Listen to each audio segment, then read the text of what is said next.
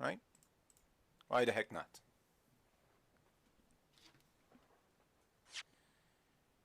Give me a second.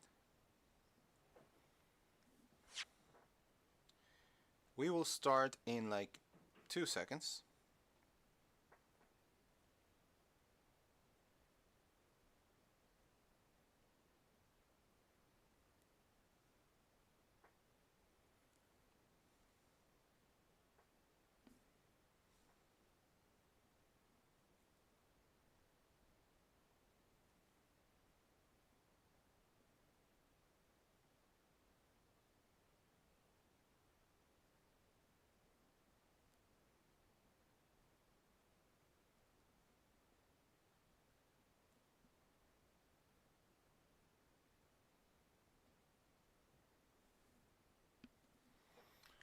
Alright, that's good, that's good. And let's do this. Gonna be hearing a little bit tippy tapping here and there.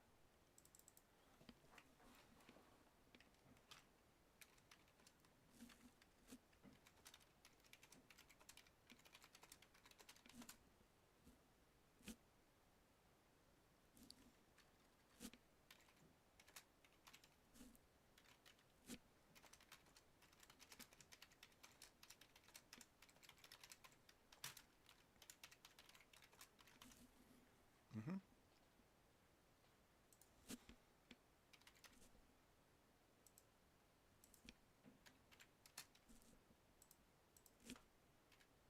Alright, that should be good enough. Alright.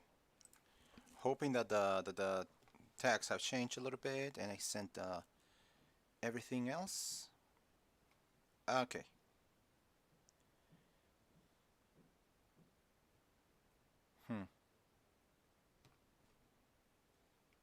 So, I think we're fine.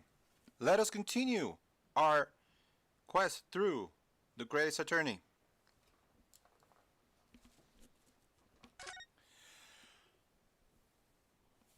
I guess I'm gonna make this official. Hello everybody, my name is Nicobrad. Welcome to the greatest attorney. Thank you so much for coming. Thank you so much. Please sit down everybody. There's plenty of space everybody. Everywhere, I mean, plenty of space for everybody. I've had some slight issues with audio. While everything is okay on the streaming side, you can hear everything just fine. I personally cannot listen to stuff through my headphones, so there will be maybe you'll be hearing a little bit of audio doubling from the audio from my TV, because I do want to listen to the music in this game ever so slightly, but that's okay. We are in the middle of case 3, and I can't wait. I don't even have any witty things to say in the middle. I can't wait. I have to see what's going on. Last time was too much for me to handle. Oh my gosh. So on 18 February, 12:52 p.m., the Old Bailey, defendants, and chamber. What on earth just happened in there? Mr. Naruhado, I've managed to find out what happened. Susato. What should be something stupid? Because it's gotta be something stupid. I was told it was an advanced form of smoke grenade. A type of exploding device that releases smoke. A smoke grenade? Sounds like the sort of things ninjas use. Just making sure everybody is safe now. I think the trial will start again before long. But who would have done something like that? The police managed to catch someone who was trying to flee the courtroom, apparently. Flee the courtroom? Why? Well, it's a young girl of around 15, I hear. A young girl of around 15 that's trying to use ninja-type skills, has a smoke grenade, and decides to defy the authorities. Sounds to me like somebody we know from another game. A young girl? Then, could it be? The other passenger that McGilded was just talking about. About that other passenger. I still have a bone to pick with McGilded. Oh, do I do. My thoughts exactly. So he was online. Oh, what's become of McGilded actually? There's so many things I need to ask him about. But he's not here. I think he was summoned into the prosecutor's chamber to answer the question. English. I think he was summoned to the prosecutor's antechamber to answer questions, along with a young girl. Who is she, I wonder? And what was she even doing here at the trial? She was taking a huge risk, and for what possible benefit to herself? There's another matter that's troubling me. And that is? The 20 pence. Really? That's bothering you? I mean, yeah, somebody's trying to say the 20 pence is because the driver overcharged, but it definitely sounds like it's supposed to be like the fifth person. Oh, the little magical book of everything. According to the coachman, Mr. Beepo, he took 4 passengers at night at a fare of 5 pence each. That comes to a total of 20 pence exactly. But now it seems there were in fact 5 passengers, which means the figures don't seem to add up again. Exactly, somebody was lying. Oh, in fact, it sounds like several people were lying. But why? She's right, that is strange. Okay, counsel for the defense, kindly proceed into the courtroom. The trial will recommence in 5 minutes. Okay, thank you, officer. We'll go in straight away. Well, whoever she is, I imagine this young girl will be asked to take the stand and testify now. I really can't imagine what she's going to say, but it could alter the whole direction of the trial. We'll know soon enough, Miss Susato. Yes. Okay, can we actually have a normal trial for once? Oh, I forgot, this is the Esoteric universe. The answers are resounding no. Back into the courtroom we go. And we have somebody. Somebody else. Is that old 15-year-old girl? So there's a young girl next to Matilda. Look. She must have been the one who caused the disturbance before. Well, after that rather eventful recess, the court will now resume the trial of Mr. Magnus McGilda. Now then, Lord Van Six. My lord. I believe you have established the cause of smoke, which failed proceedings earlier.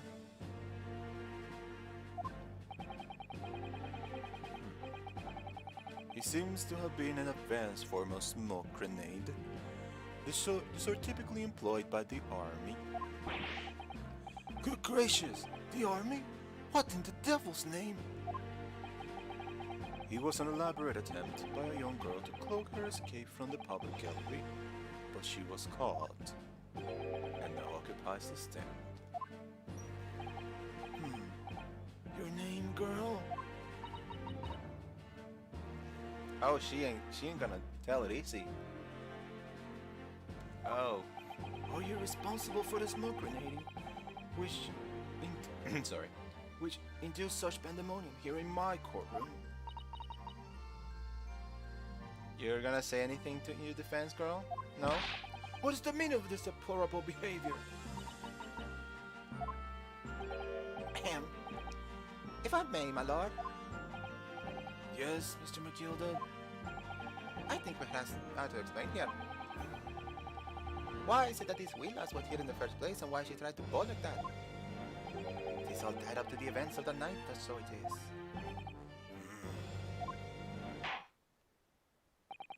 Very well, Mr. McGilda, give your testimony.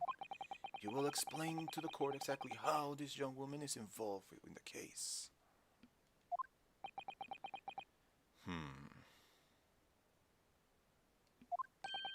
Just what did happen last night?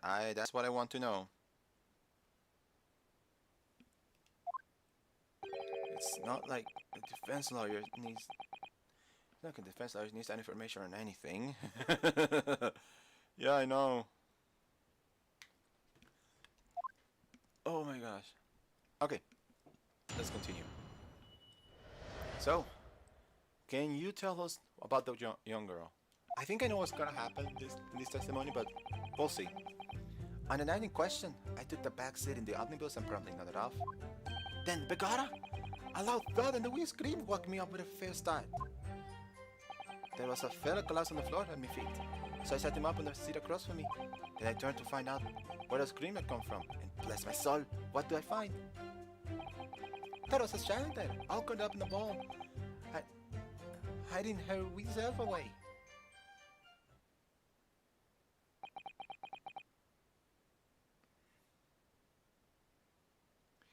This suggests one of three things. One, she's the killer. Two, there was a sixth person, which is already starting to sound ridiculous. Or three, it was a suicide. The suicide part, I think it's very, very unlikely, so I don't know. Well, let's just keep going. I remain somewhat baffled, I confess, but from what I gather, on the night in question, this young girl was indeed riding on the omnibus. Is that correct? This is exactly as the defense counsel said. This last was the fifth passenger, my lord. So we found the mysterious fifth passenger. Very well. The defense may now cross-examine the witnesses. Are you ready, counsel? No. Like, we have nothing. Yes, my lord. Or rather, no. Yep. We're in the same channel here. I have no idea where to start.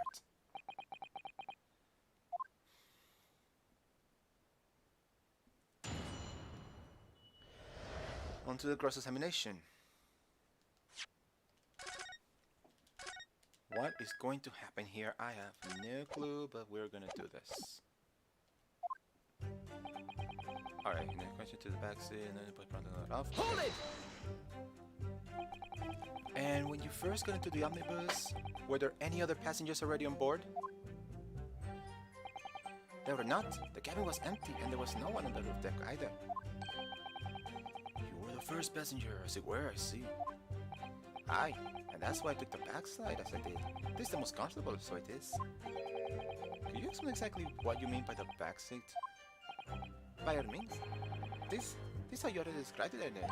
I'm talking about the seat opposite the one which the poor gentleman was sitting. Like I said, this is the most comfortable, and what I feel the most is. And of course, I enjoy gazing through the skylight from time to time as well.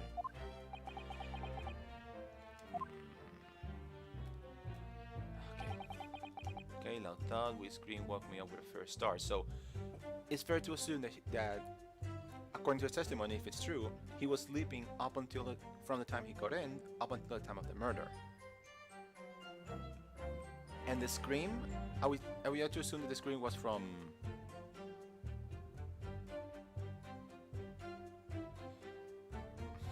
Hold it! I have a suspicion, but I'm not gonna say anything yet. A loud thud, you say, and a scream. Aye, that's right. How can I explain it? Just like the sound of someone falling to the ground. That sort of noise. So you think it was the sound of Mr. Mason falling to the floor having been stabbed? Well now. You remember I was asleep at the time, so I wouldn't like to say. And when the sound woke me and I opened my eyes, there wasn't a soul to be seen in the carriage but the fella on the floor.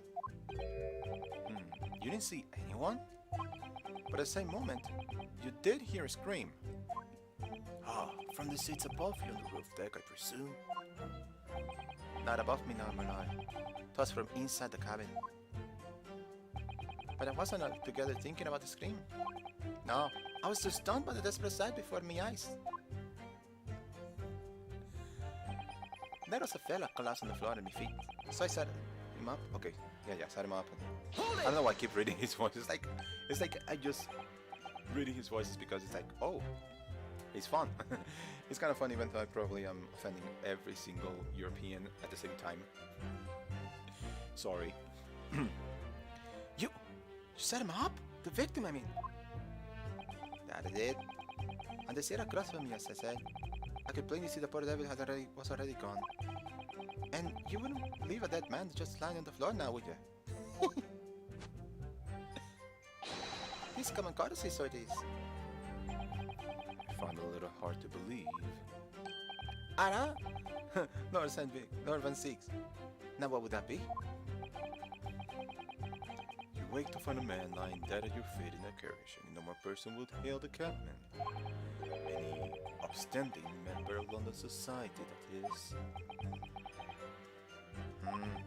Well now, as you know, I'm in something of a special line of business. The business of lending money at exorbitant rates of interest. Unfortunately, my lord, not everyone is thankful for the help I offer them, and some would even see me dead. So I do try, well, possible to avoid getting myself in a tangle with trouble. Are you suggesting you're just gonna leave the man there? Heavens alive, no! I was always pretending to report it, so I was. Only, I had a mind to find out the whys and wherefores first. The whys and wherefores? Right you are. There were some details I wanted to understand before anyone else got to meddling. The wee scream I heard, for example. Wouldn't you good self just do the same? Yes, the scream says he heard at the same time as the thought of the victim collapsing. Then I tried to find out where else could it come from. And yeah, and what did you find? I'm afraid I don't understand. I'm sure you told the court that there was no one else in the carriage except yourself and the victim. So I did, sir. So I did. As far as I can see, that is. What do you mean by that? Well, no, this is a good thing. That wee scream I heard was as I woke up. It came from, if you'll excuse the vulgar expression, under my backside. Oh. Good gracious! Under your backside? He said backside. I mean, I lifted the seat of which I'll be sitting. I found that also a wee cubbyhole there for storage. Isn't that good? We can examine the omnibus ourselves, remember? Yes, of course, the whole bus was submitted as evidence. It would be a very good time to have a thorough look around inside. Okay, that's a clue. We're doing it. That's a clue if there ever was one. Let's go inside.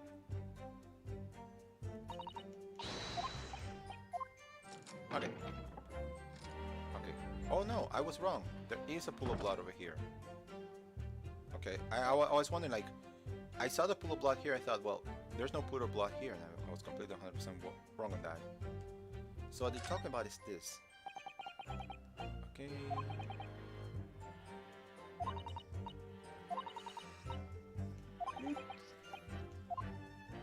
Oh wait, I click on the seat, not the... Okay, the seat has a handle, it seems.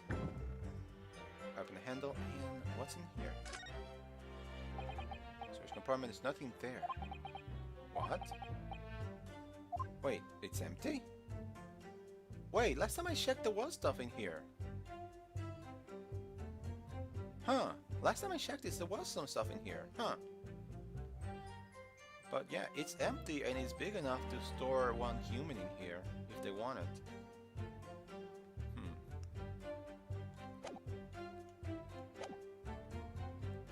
That's strange. And that's where I found it. That's where you found this little lady. There's a shell in there, all curled up in a ball, hiding her wee self away. Hold it! Alright. You say she was hiding herself? Aye, that's right. It was hard to see in the dim lamplight, but she was all caught up in the wee ball. When our eyes met, well, me heart nearly stopped beating in my chest. You're really overacting this. Still and all, I pulled her arm under there and sat her in the seat opposite so I could have a wee chin walk with her. The seat opposite? That's right, just next to the dead gentleman there. You saw this young girl next to a corpse? You saw this girl next to a corpse, sir? Well, as I'm sure I mentioned, an gentleman in my position can all too often find himself in more than danger. So, I needed to find out just who this origin was, you see.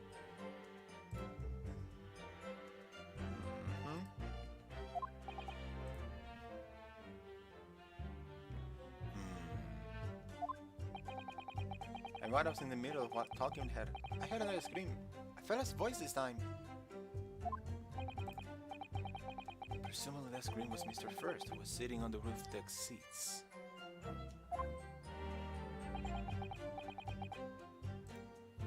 There you are, again, I would say, sad.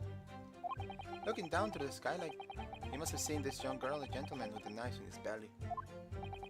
In other words, the previous witnesses did not in fact see you at all, Miss Gilded. What they believed to be yourself and the victim was in fact this girl and the late Mr. Mason. Aye, my lord. I was, as I think everyone else understands now, sat at the back of the carriage out of sight.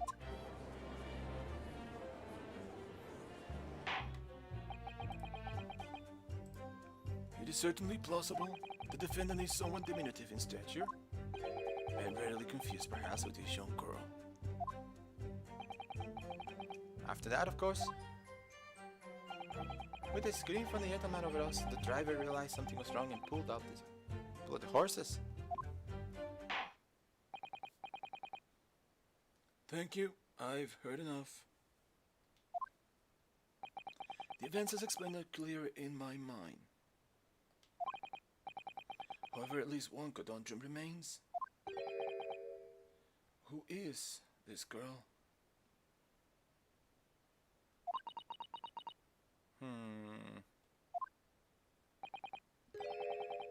Her name is Gina Lestrade, my lord.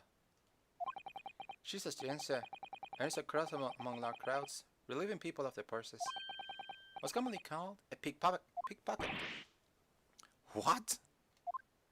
And that's why she wanted this girl here? A petty thief?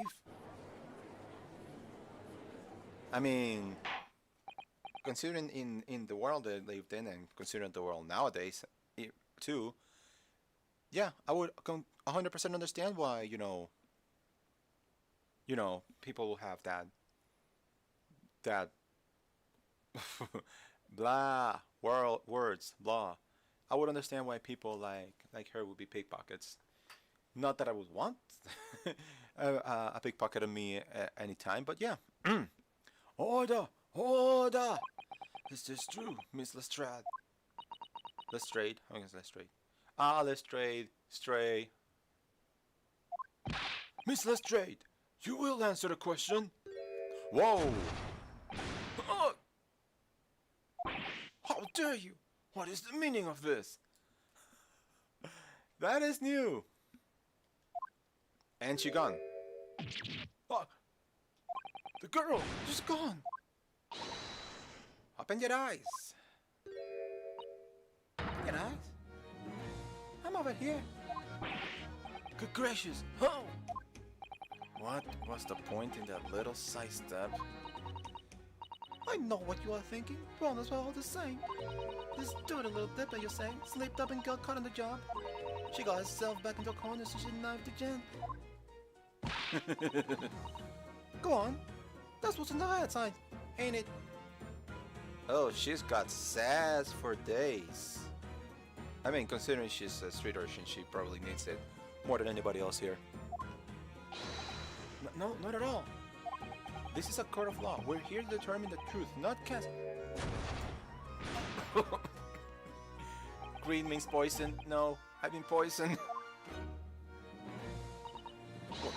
That's for cowards. Only thugs use weapons like that. All I need for what I do is these fingers. I'm a professional, right? Maybe not in your eyes, but I got pride in what I do. Let me guess. You don't count smoke guns among weapons for thugs. Oh, well that's... yeah. This is in the bag I left the other day. Down there where they keep the four-wheel drags. That's nice, isn't it? I like speed best. Oh, do not wave that thing in my direction again! Are you going to stop this? I mean, are you actually going to do something valuable and stop this? No? Didn't think so. So... You admit that you were riding the omnibus on the night in question? Pick your words carefully, Jaina, because he might actually make you complicit to murder. Is that right, lass? You can tell him the truth now.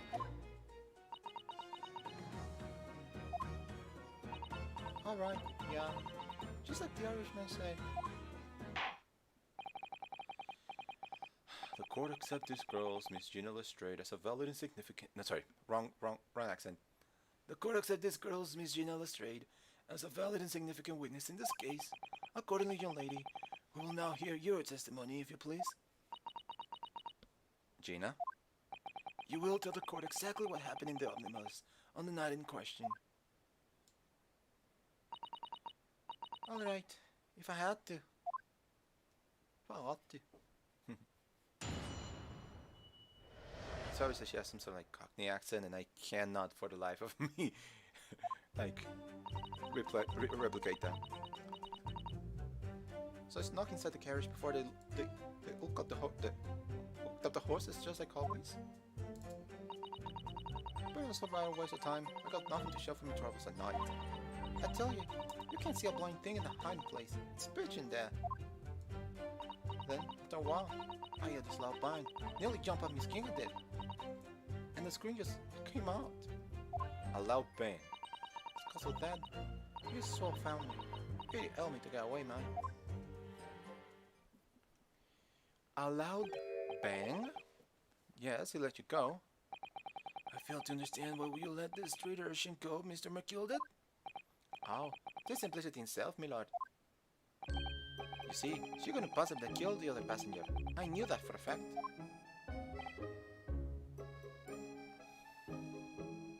Are you telling me that Mr. McGilded allowed himself to be put into trial for this murder just so she wouldn't be cast as the suspect? Huh. If that's true, then, you know, he's a better person than I thought he would be. As I'm sure I said before, sir.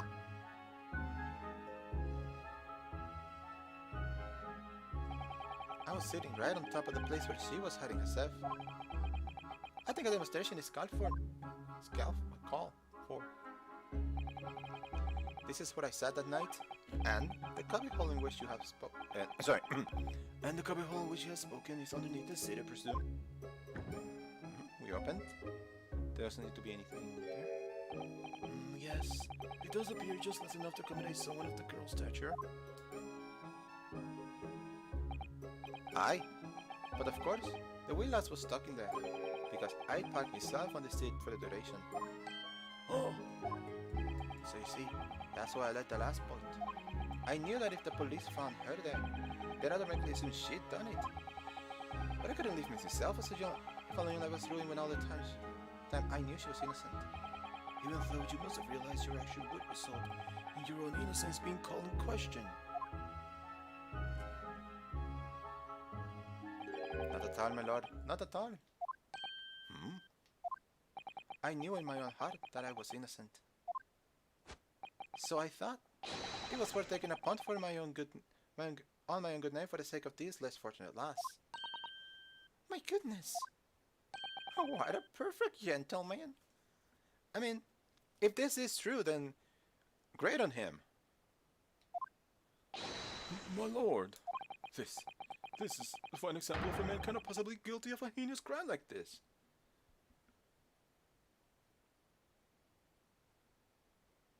I'm not entirely sure if one correlates to the other, but, you know, it does give us a good favor with the judges, so I'm shaming myself for ever doubting you, sir. Well done, McGilded. Well done. We calm, calculated reasoning. What? I don't want to rise clear at the truth every time. No. This case is not over yet. There is no way they're gonna give me the not guilty verdict at this point. There is no way. Saints alive! All 6 members of the jury essentially leaning to a verdict of not guilty? There's no way. There's no way we're gonna get it. This... Well, it must mean... Must mean what? They're victorious! I'm actually a little bit excited. This is actually kind of cool. We've won? Are you sure? Objection! What the hell?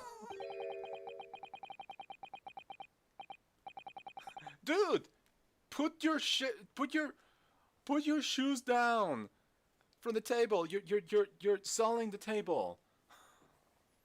With the sight of my iron-heeled Wellington offense, pray do forgive the discourtesy.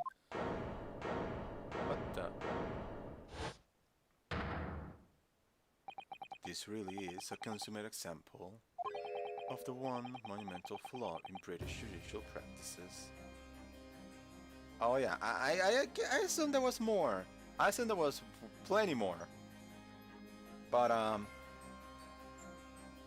let's see. Let's continue. Where evidence and reasoning should be paramount, emotions rules the day. Okay. Emotion. The witness's latest statement gives us a clear insight into his true nature. What do you mean his true nature? Exactly. Do you really think Scotland Yard would have made such a glaring omission? Wait, weren't you the one who just a couple of... Not even too long ago you were saying there is no fifth passenger, and you're just gonna say, oh, there really was a fifth passenger all along. We just looked into it and it was no problem.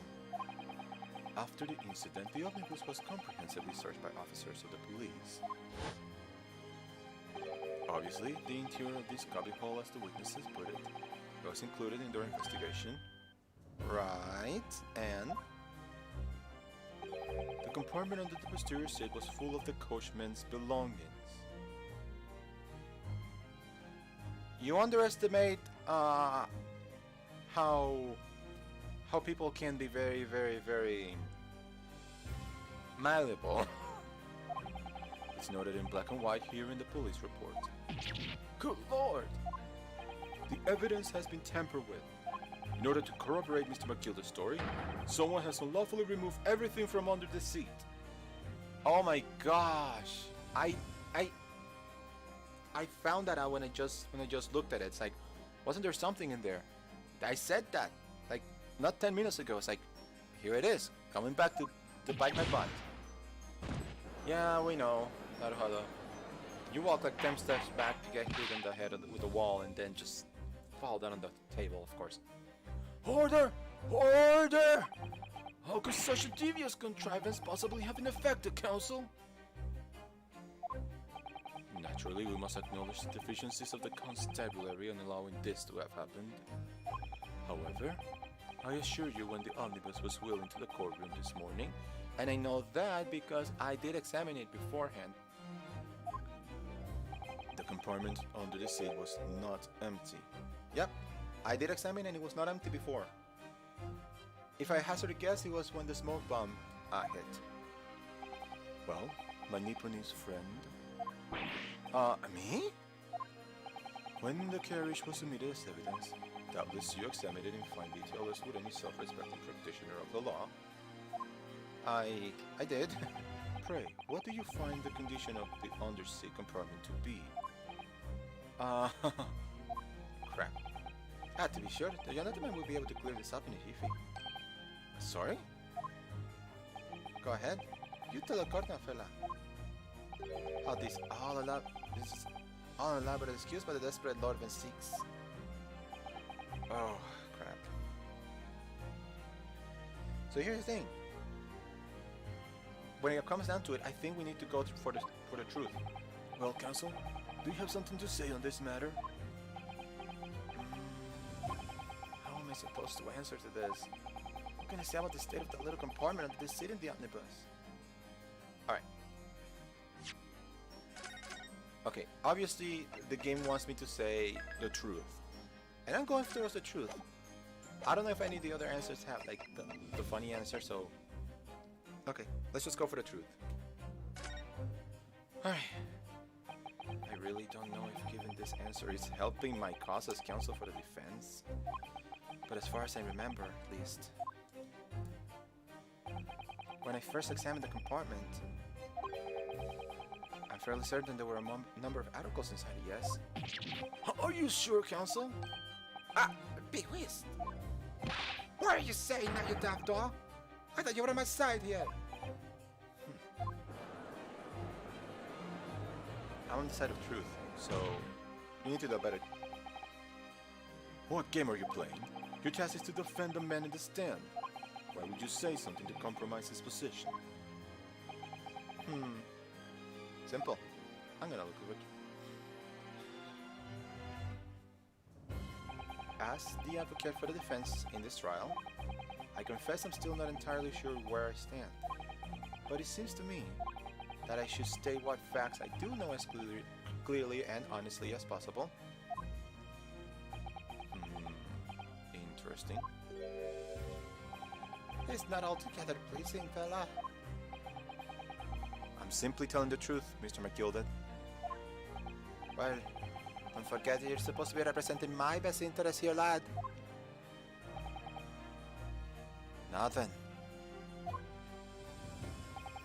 A fella's memory is a curious thing and not altogether reliable. No. The court must consider the facts. That the cubbyhole in their seat is as empty as the devil's heart, so it is. Do you think perhaps it could be in your best interest now to admit that you might have been mistaken? Why do I feel like something's not right here? Should I let the jury to wait on this matter, I think? Nothing to say? The compartment is designed to house equipment used to maintain the smooth running of the carriage. The guild's rules state that omnibuses should be properly and fully equipped at all times. So clearly wouldn't have been empty on the night in question. Beppo isn't that irresponsible. Ouch, that is responsible. That man another Felicity and Pickpurse are lying. Crap. We were this close. We were so close to Yo, Blazing! How's it going? Welcome, welcome. We are in the middle of the tables being turned on us. We were this close from victory. And now because of one small discrepancy, now everything just goes to hell. I can't believe I was nearly taken in. The stinking British always stinkers. Nothing but cowards, a lot of them. What? Oh, no. It's a trick! Of course it's a trick!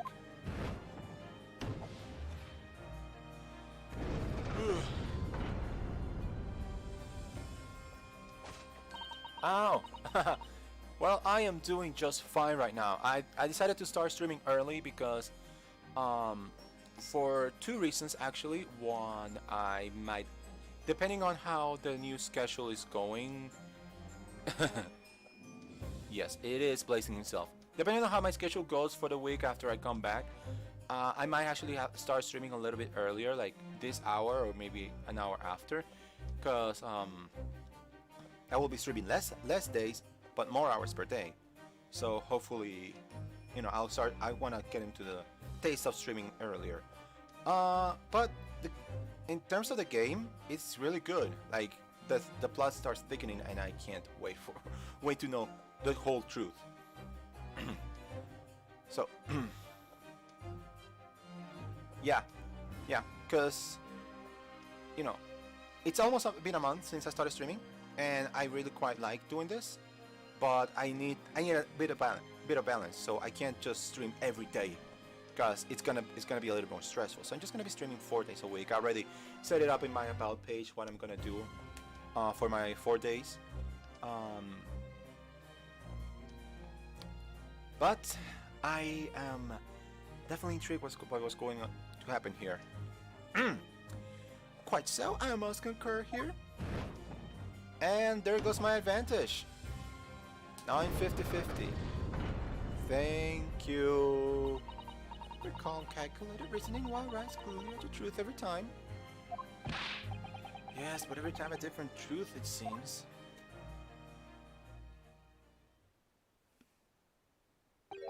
My lord, I humbly exhibit the scales of justice. Clearly, a verdict of not guilty this time would be wholly inappropriate.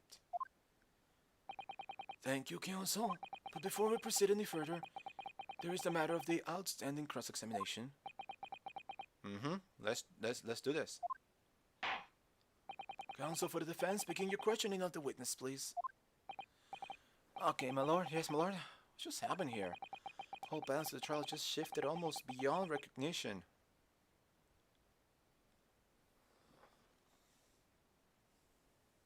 My normal accent? Let's see. My normal voice, which is now my normal speaking voice. I don't know what you would call this accent, because my native voice is my native language is Spanish, and that's what I basically spoke almost exclusively for like almost 20 years, and then I started learning English, and I can speak English very well, but I can never escape the Hispanic accent. So maybe that's thing, my Hispanic accent. If you talk about the accents I'm doing in the game, it's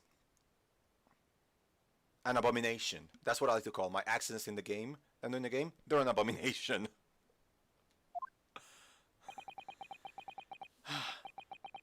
The Reaper at the Bailey's at work. It was him.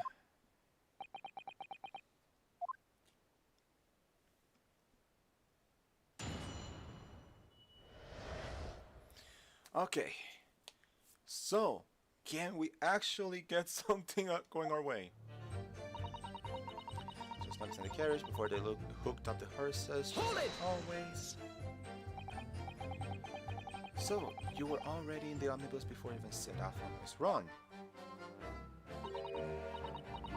Well, yeah. I mean, what's the point of spending a yoi to make a few bob? There's a rum idea in it. I suppose she means there's no point in spending money to make money. Actually, makes sense. Counsel, may I remind you that this girl's appetitive.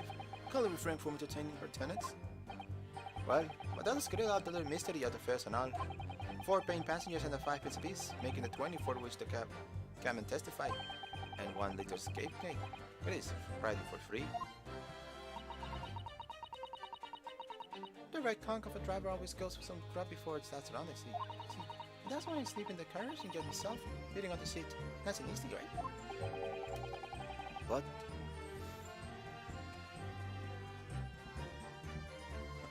But your hiding place is a storage compartment. Oh, that's actually kind of cool. That's actually kind of cool. I'm trying to think. I might have met some Brazilian people, and there were some really like very, very jovial people. I really liked the Brazilian, the people that I met. And learning a new language, my word, it is tough. Like, I try to like learn new languages, and when I find out just how much I have to do, especially for a language that I don't have to use all that often, like Spanish and English, I use them a lot. Oh yeah, yep, that'll do it. That would do it. But at least you have an excuse, because your girlfriend is Brazilian, so you're gonna have a chance to use your Portuguese with her. Me, like, if I wanted to learn Portuguese, like, what's the point? I currently, personally, have no use with Portuguese or any other language other than Spanish or English. But honestly, props to anybody who decides to learn a new language. That takes a lot of brains. Full of equipment for the coach, no?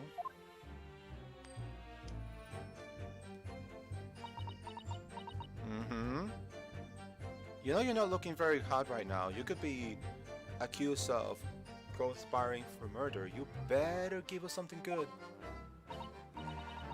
Yeah, there's brushes and buckets and whatnot in there, sure. I always chuck all out and cram in a corner somewhere. Not one ever seems to bother much. And yet, according to the report, the police officer who first arrived at the scene, the compartment was full of such paraphernalia. Well, I don't know nothing about that. Like I said, I moved all the stuff out so I could ride under the seat. That's all I can tell you. I don't know what kind of accident given here. I'm just reading. It seems we've reached the end of that line of inquiry. Continue. Was right away. It's got nothing to show for the troubles that night.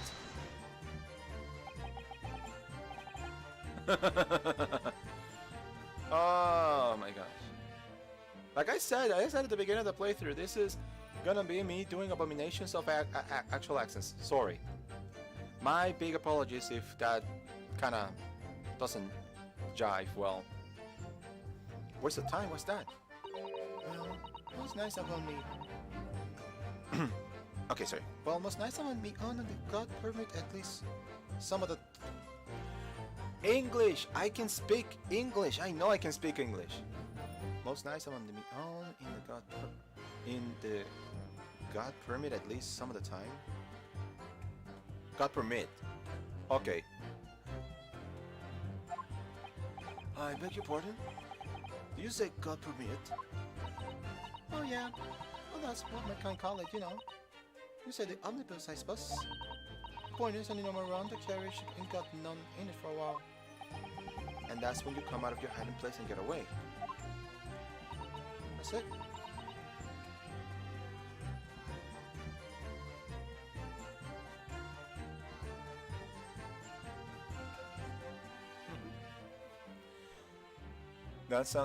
That's really cool. That's really cool. Because honestly, that I don't know if I could make that. I don't know if I could do that. Well, maybe if I can find somebody, you know, an SO that's you know, that's from other place. Like, yeah, that'll give me the motivation to learn another language.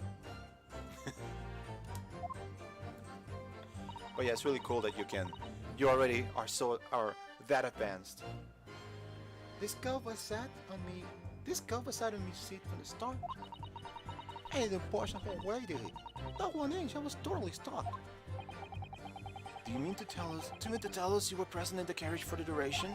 You were under the seat the entire time while the events unfolded in the enclosed cabin?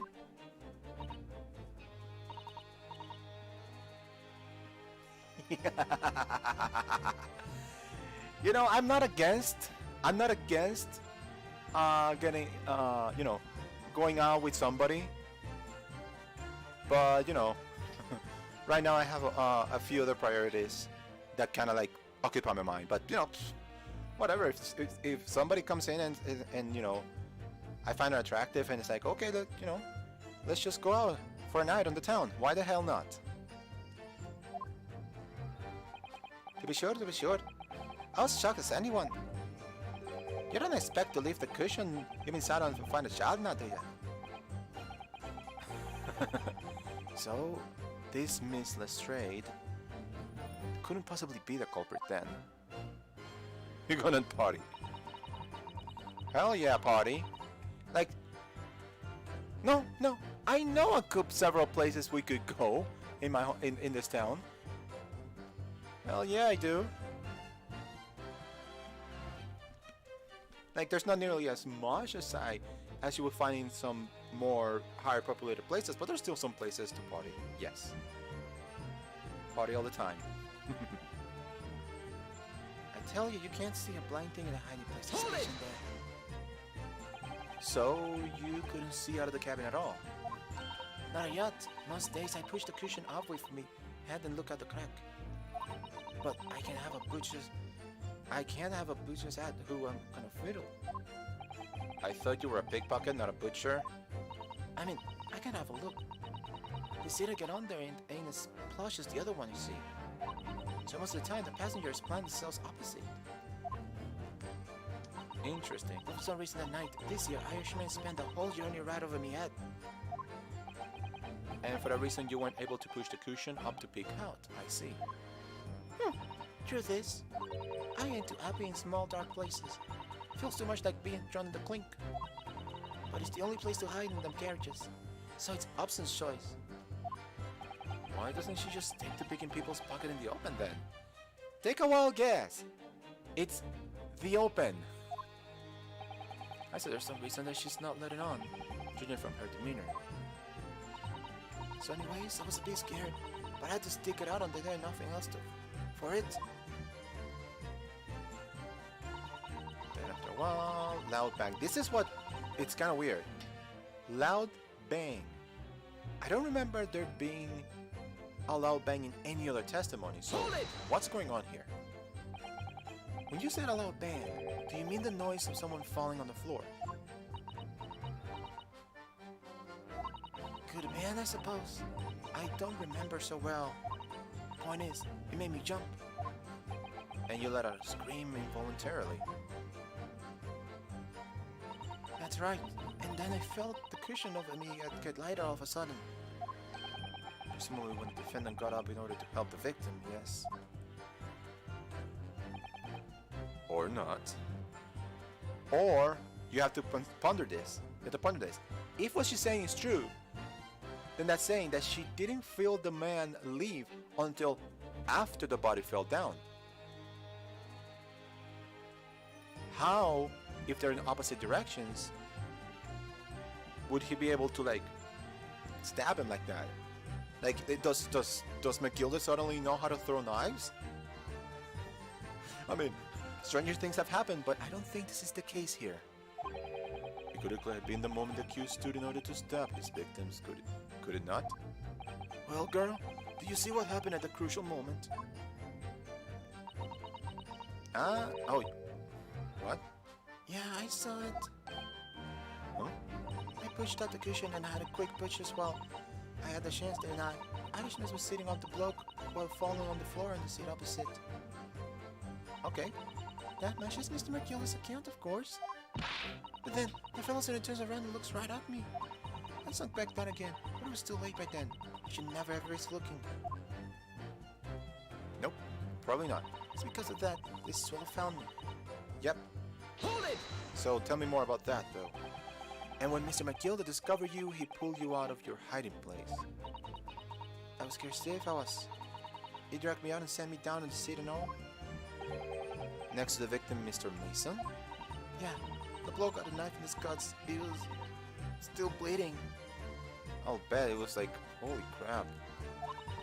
And the carriage lurched a bit, and he ended up falling onto me. What?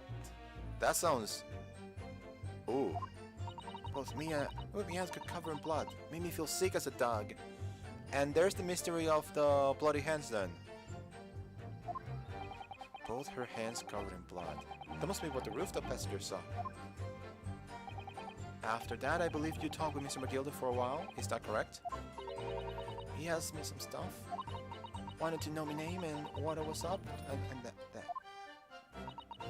And then I heard something from above. Someone scream. Yes, Mr. Forrest on the roof deck, one would presume. Well, I didn't want no one seeing me face, so I didn't look up. Then the officers with Drama's Marshals and this here Irishman says to me, get back under the seat. I'll see that you can get away later. Curiouser and curiouser. All 6 members of the jury had decided the defendant was innocent. And then this happened. Alright, we need to figure out what happened, and I have absolutely no clue what's going on. For one brief shiny moment, yes. It's clear that they're all still very unsure. If we could just find some conclusive piece of evidence among this new testimony, I'm sure we could clinch the verdict that we want. Yes, I think you're right, and I have this niggling feeling something's bothering me, but I just can't quite put my finger in it.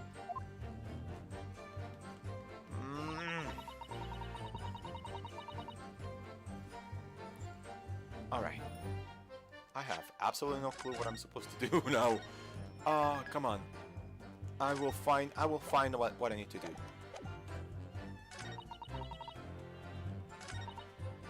She knocks on the carriage. She got nothing. She couldn't see a thing. Loud bang, nearly jump, and the scream came out. And Oh boy, can I figure this out? Can I find out what's the problem here? Let me look at the evidence I got. Your weapon, the omnibus, defendant's letter gloves, crime scene photo, autopsy report. Is there anything I'm missing?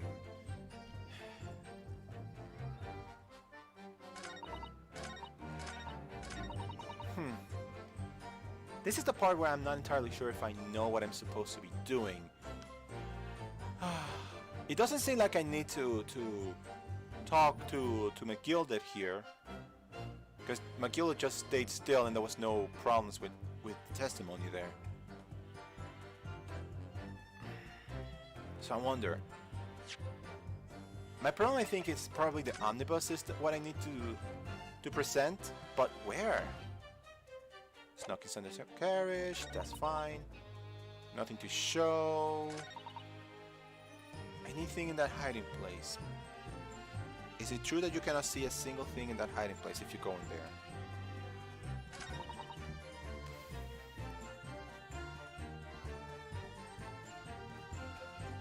I'm not entirely sure. All right, if you know, okay, I'm doing a call.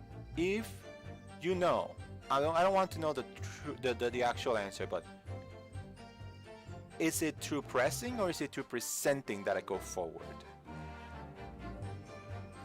Do I need to present evidence or do I need to keep pressing on, see if I can find something? Because if you don't know, then I can just, I think I can just figure it out.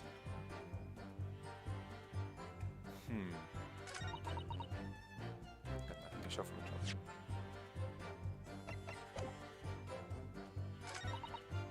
It's just nothing nothing jumps out to me. Hold it! Because I could always go to McGilded for that, but there's nothing. McGilded just stays there. Yeah, there's no reason for me to go to McGilded for anything.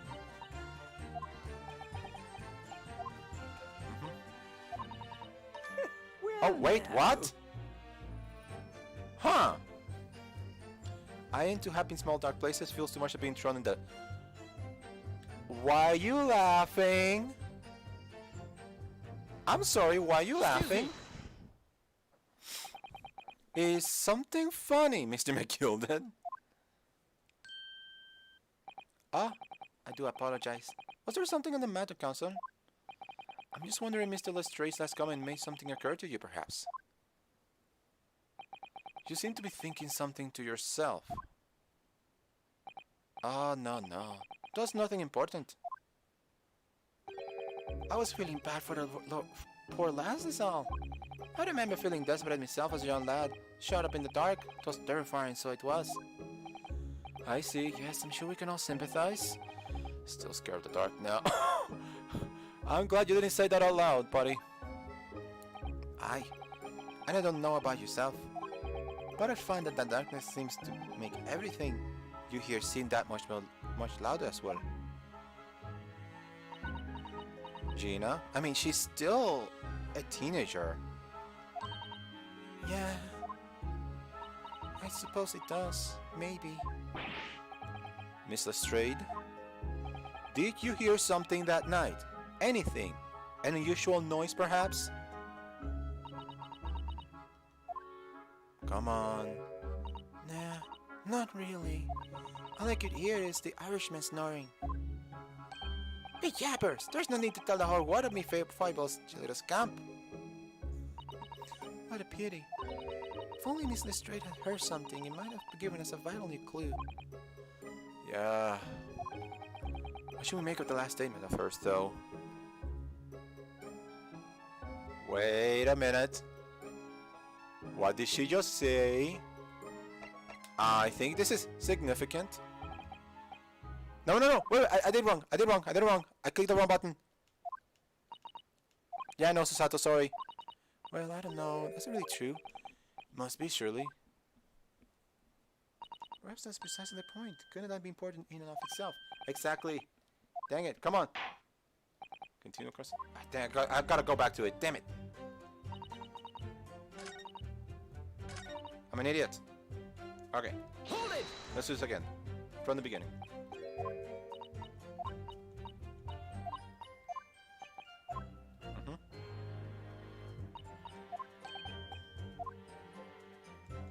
Was it third one, I guess, that I did? I don't remember.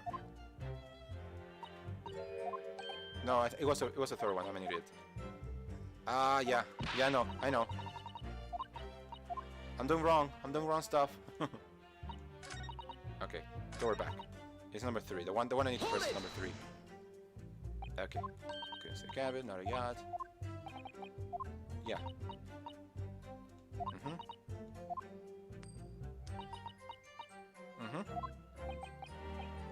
Yeah. Well, Okay, no. now let's talk to you. Excuse me. And let's just like, I don't know. Let's keep this as much as we can until we get to the. Oh my gosh. Hold B, hold B, hold B. Well, we get there. How has your day been? I mean, my day has been pretty uneventful, except for the fact that I did a little donator plasma. Okay, we're back here. It's profoundly important. There we go. My lord, I believe the statements just made by the witnesses is profoundly important. Profoundly important? Profoundly important! But all she said was that she heard nothing. Yes, which is the profoundly important point. I'm almost sure of it. I'm almost sure that I don't understand the inner workings of your Eastern mind, Council. Nevertheless, Miss Gina Lestrade, you will supplement your formal testimony by repeating that last statement, please. What? Superman? What are you on about? Don't give me any fancy talk. I know what you're trying to do. Yeah, well, it won't work on me. That's right, insult the judge. Always a good move. Always. I was straining my ears to work out what was going on, but all I could hear was snoring. Let me press that because I think this is why we need to present evidence, but we need to figure this out. So you're trying to hear what was happening the entire time since the moment you hit yourself? Not exactly, no. Sorry? Well, there was no one in the cabin to start with. I could push up the cushion and have the pushers to see what was what. But then, when I saw this swell getting on, it got me head down, so I got me head down so he wouldn't notice me. And Mr. McGill sat on the seat under which you were hiding, correct? Yeah! Well, yeah, I'm not even then. No, what a mug. So all I could do was listen. And I was waiting to jump out of there as soon as I heard him leave, see? But would it? No, not likely. Even though we stopped here and there and never heard the door open. So I just had to stay put and listen to doing driving his pigs to market, snoring like a whole dog he was. It's taking me a lot to understand what she's saying. Anything make you all that?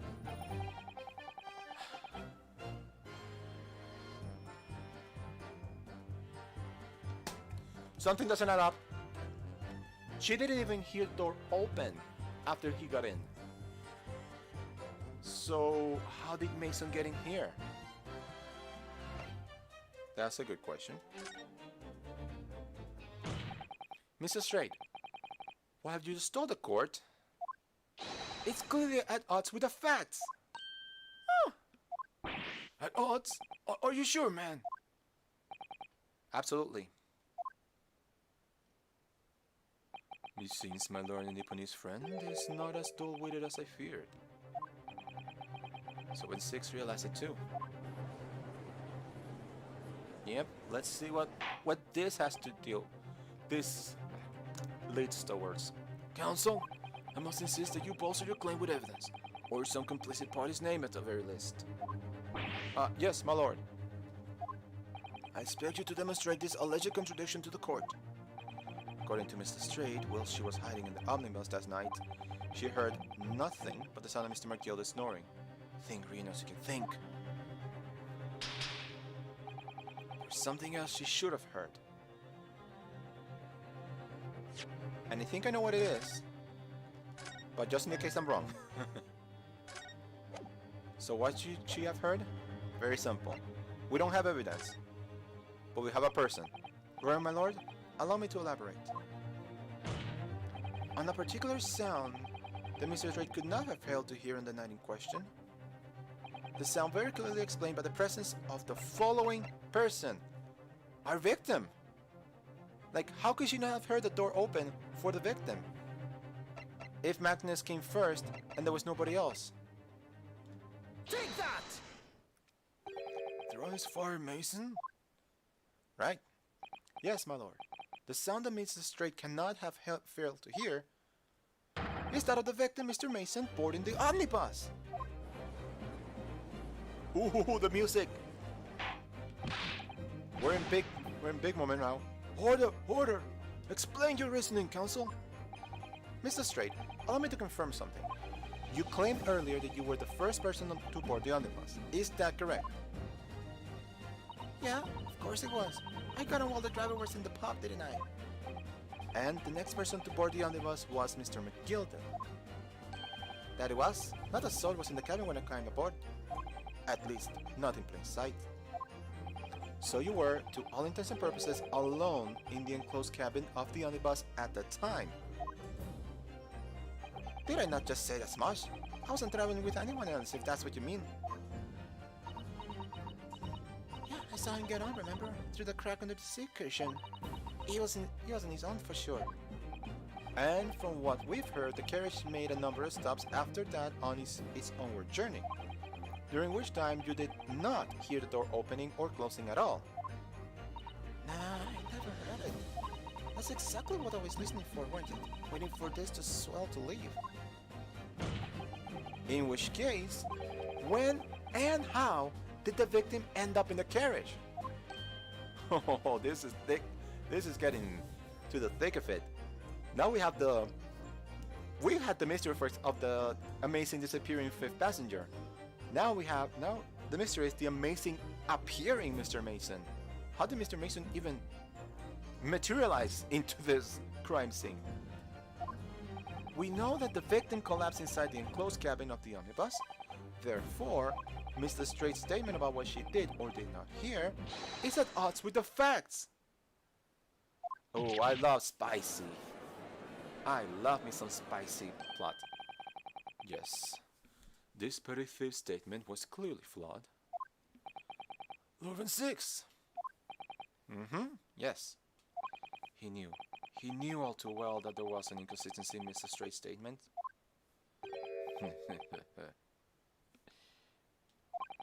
It would seem words of thanks are in order for my learned friend. Yeah, I am smart, you idiot. What are you talking about? You have demonstrated matters impeccably.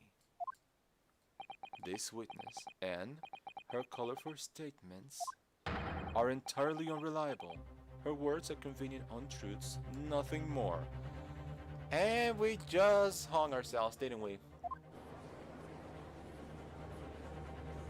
Nothing that she said could be used. It makes no sense whatsoever. And this girl is a pickpocket. Let's not forget that. Lady, calm down. Calm down, Grandma. Calm. Thanks, Grandma. She didn't even say anything. Exactly. I didn't want to judge that dear little mite just because she had some rather naughty ways. She has some naughty, but I must say, I can't abide liars. Neither can I. No, Mr. Foreman, before you do something, I don't want to judge the girl just because she has some less than salubrious ways. But I must say, I cannot abide liars. Before you do something that you're gonna regret, please think this over and...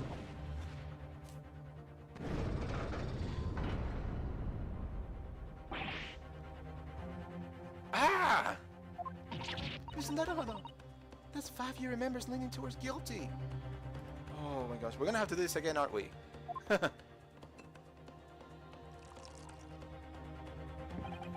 Well, your consideration for others is refreshing, my Nipponese friend. To the considerable troubles you have spared me.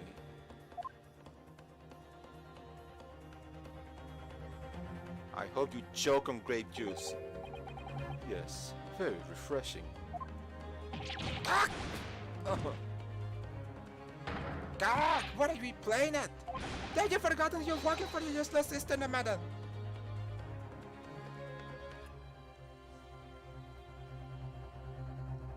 Watch it. Watch it. This carnage is perfect. What the hell? Bro. No, please. You're number 2, still only one left. It's not how the way this is going. I know, if we can't find some new way to convince everyone of Mr. Markiel's innocence, the judge will rule and we'll have lost.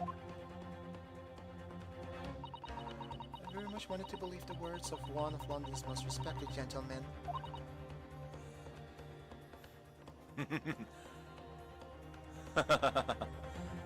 Now let him cut his tongue. I didn't like him to begin with. But those of us in service know we must accept hard truths. Now come on, lady, please, listen to me. Think this through. Hold it!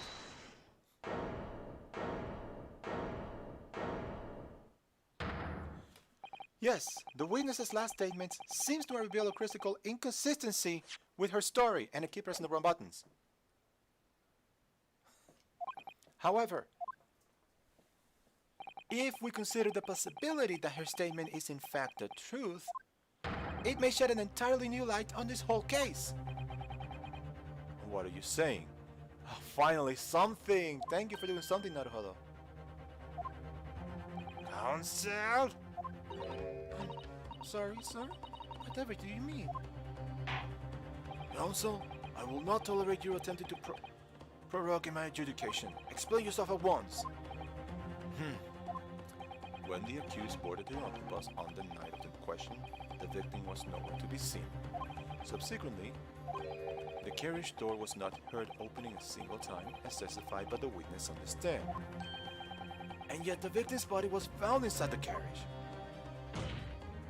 If these petty thief's words are to be believed, how do you explain the victim's miraculous appearance inside the cabin of the omnibus?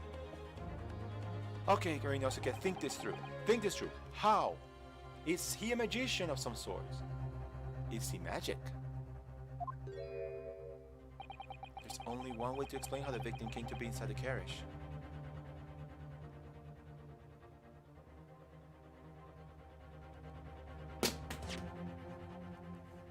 No.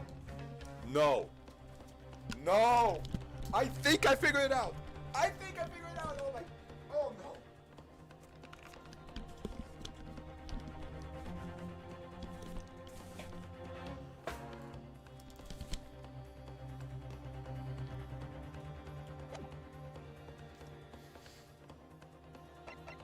Think about it! Think about it! It's...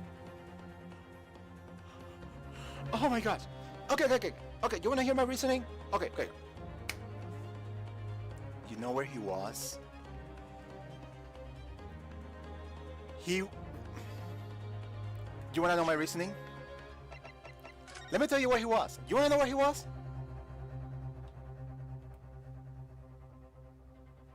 Up here.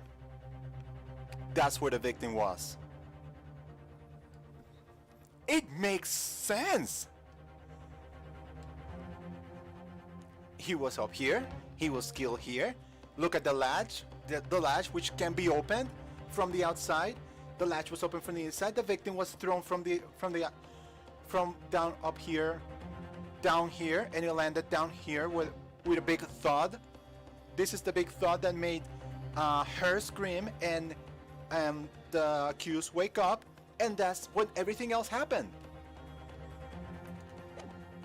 So, if this is true, if this what I'm talking about is true, then one of the two witnesses that we saw before is the killer.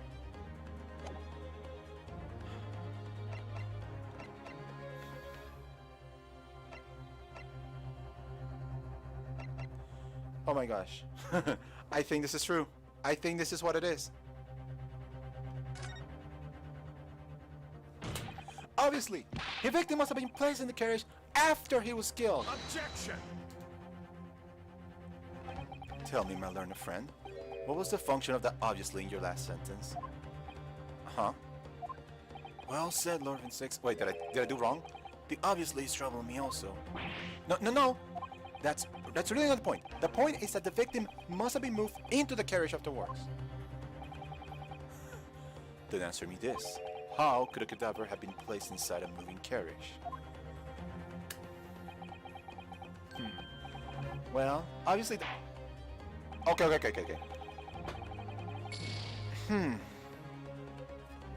Okay. I must learn to ramble more relevantly. The penalty is evidently not heavy enough, judging from the this Nipponese eye. If this okay. Come on, I have this. I know I'm right. There's no other way. If we assume this is right, there's no other way. I only have 3 points left. Oh my gosh. Okay. Think this through. Let's just go with there's another entrance right now.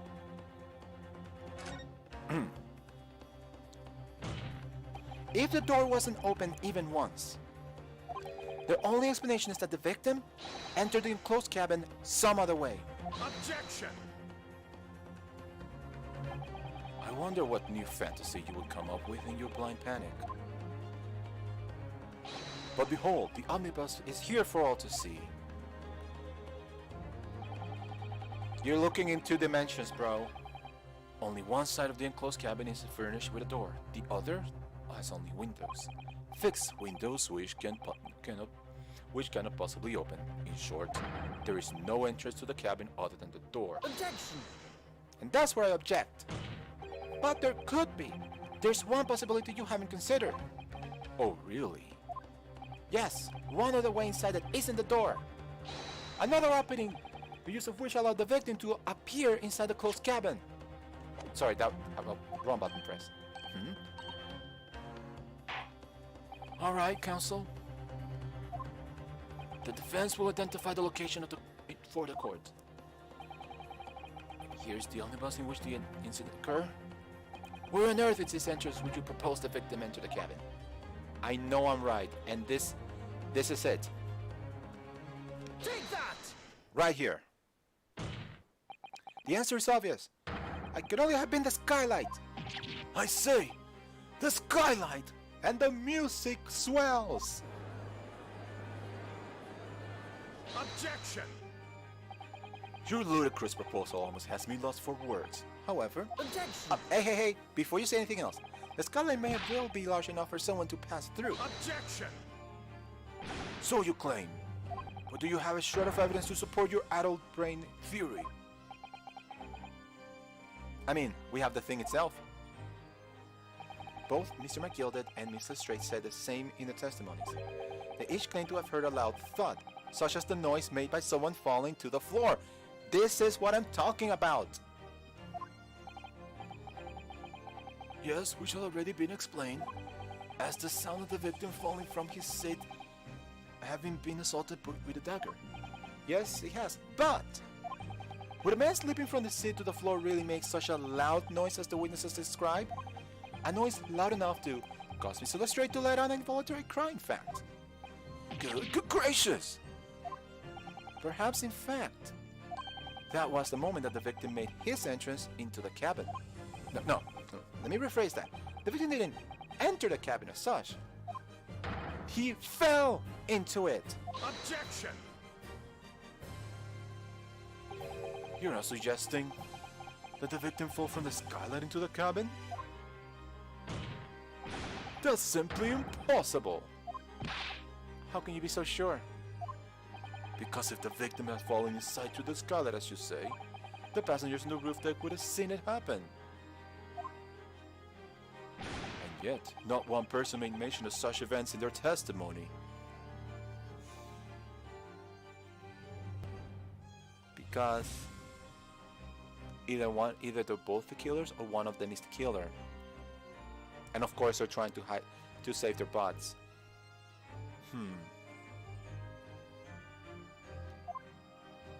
Well, yes, that's true, but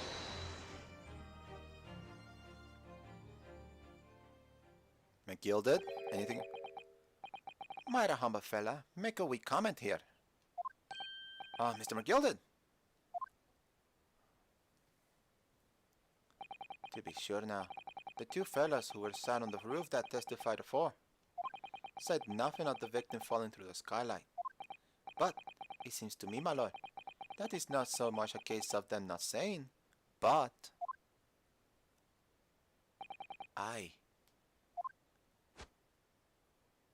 it's a case of them being unable to say. Unable to say? What do you mean? I think perhaps the two fellas do be having something of a compelling reason not to mention what happened. Would you not agree, fine ladies and gentlemen of the jury? What? Why are you appealing to the jury in this? Oh my goodness, surely not. Those two chaps on the roof. Right. You mean the ones who stuck that knife in the man were... So... Oh, hold. Yeah, hold. Yeah, we're coming with you right now. I'm just like... My mind is starting to blow a little bit. Like, wow. You... Like... Are we going in the similar direction as the first case, where it's like... It wasn't like they didn't know, they didn't see, it's that they couldn't say because they were told not to say. But by who? I go back to my original theory, which I said a couple, one or two episodes ago, about who the knife belongs to. But I'm going to keep that to myself for now, because it might be 100% the wrong answer. Just what exactly are you insinuating here, you blitherer? You rotter, you say, you rotter. What are you insinuating? This is a flaming outrage. I have a good man to give you a blanker in a minute. He'll give you a shiner in a minute, he said, and so will I. Mr. Fairplay, you're effectively accusing me, a city gentleman and well-respected banker? I'm me, a very angry hatter. Suggesting that someone like me could have stabbed a man in the guts? It's... I don't think they did it. I think there was somebody else, probably. It's a disgrace, it's scandalous, it's... I protest! I protest in the strongest possible terms! That's right, I protest too! How about you, you rotten scoundrel? 4 people, wow. Order! Order! Order! This is not the time, witnesses! I will not permit this wanton invasion of the stand. Return to the anteroom at once. But this is beyond reason, my lord, and it's outrageous! It's very hurtful, you know. My lord, if I may comment. Go ahead. Go ahead, Longman 6. I was in the defense. It was the defense that incited this outburst from the witnesses. Well, then a friend seemed free to abandon all protocol and accuse the witnesses without proof. Accuse? I never intended to. It seems, young Nipponese, that your command of the English tongue is wanting. What? I never accused anybody. What the hell are you talking about? You propose to this court that the victim fell through the skylight from the roof deck of the omnibus. That hypothesis cannot possibly stand without the rooftop passengers being aware of the events. You have branded these gentlemen liars. You have intimated their criminal guilt. In our British courts of law, that is what is termed a baseless accusation. Look, I haven't formally accused or indicted anybody. I am going to what I think is the truth. Okay, brah? I am going through what I think is the events of what happened. There could have been a sixth person, or those two could be bald-faced liars. So I'm going to tell you right now. Don't tell me I am falsely accusing anybody before you hear the rest of my logic. You idiot. Okay, I know I was rash to put this idea forward without any actual evidence, but I know it's the truth. You just can't dismiss it without a second thought. How did you want to get into this fight? I thought there was something fishy about that hat from the moment I laid eyes on the fella. We have to see this matter through now, one way or another. If there's filth and rubbish in our midst, we must dispose of it at once. Testify! Testify! Testify! Testify, brother! What's happening, Mr. Naruhodo? The spectators in the public gallery are... they're in a complete frenzy. Usually the frenzy is reserved for the last case, but my word. Mr. Fairplay and Mr. First. My lord. You will take the stand again and make another formal testimony. In reference to the indictment brought by the defense. It wasn't a formal indictment. Yes, my lord. Look at him. He's absolutely out of it. Something is seriously wrong here. I don't think I'm here for this. Then why do you get here? Like...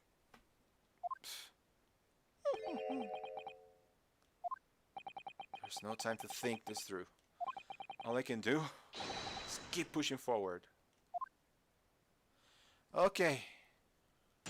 I need a second. I'm gonna take a little drink. It's been an hour and a half and I haven't taken a single drink. Oh my gosh, I need to hydrate.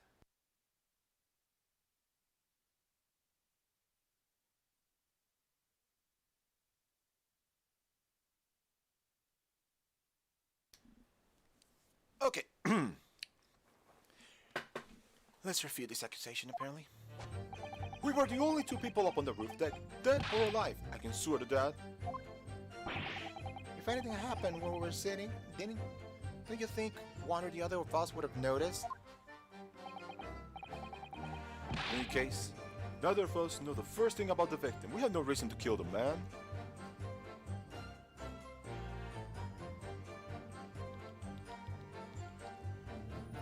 I will agree that he has no reason to kill the man, but did he really not know him? The scholar was shut the entire time, I'll tell you. We couldn't possibly have opened it. Thank you for the opening, though. If you're so sure the victim fell through the scholar, where's your proof? I have my opening, I just need to figure out what to do. I must say that on listening to this testimony, it's somewhat hard to imagine how either witness could have performed any malevolent act on this open roof deck without the other noticing forthwith. That's right. You see. We're innocent, I tell ya. Although logically, of course, your argument falls down if the two of you were in collusion with one another. Exactly. If there's some sort of collusion, or it's in sort of like, shh, hush hush, then, you know, if there's a third party.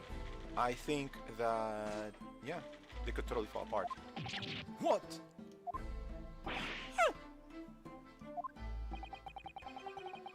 According to investigations by Scotland Yard, the two witnesses share no common dealings. Well, I don't trust coppers anymore than I trust the stinky rich. Something doesn't feel right here. The trial is going in our favor, really? So why do I feel so uneasy? Because this is going to be a big deal if we figure out what it is. Counsel for defense, over to you. Your cross-examination, please. Oh, yes, my lord. Oh boy, this is going to... Oh boy. I know I'm right. I know I'm right. I know it's just a matter of me figuring out the how.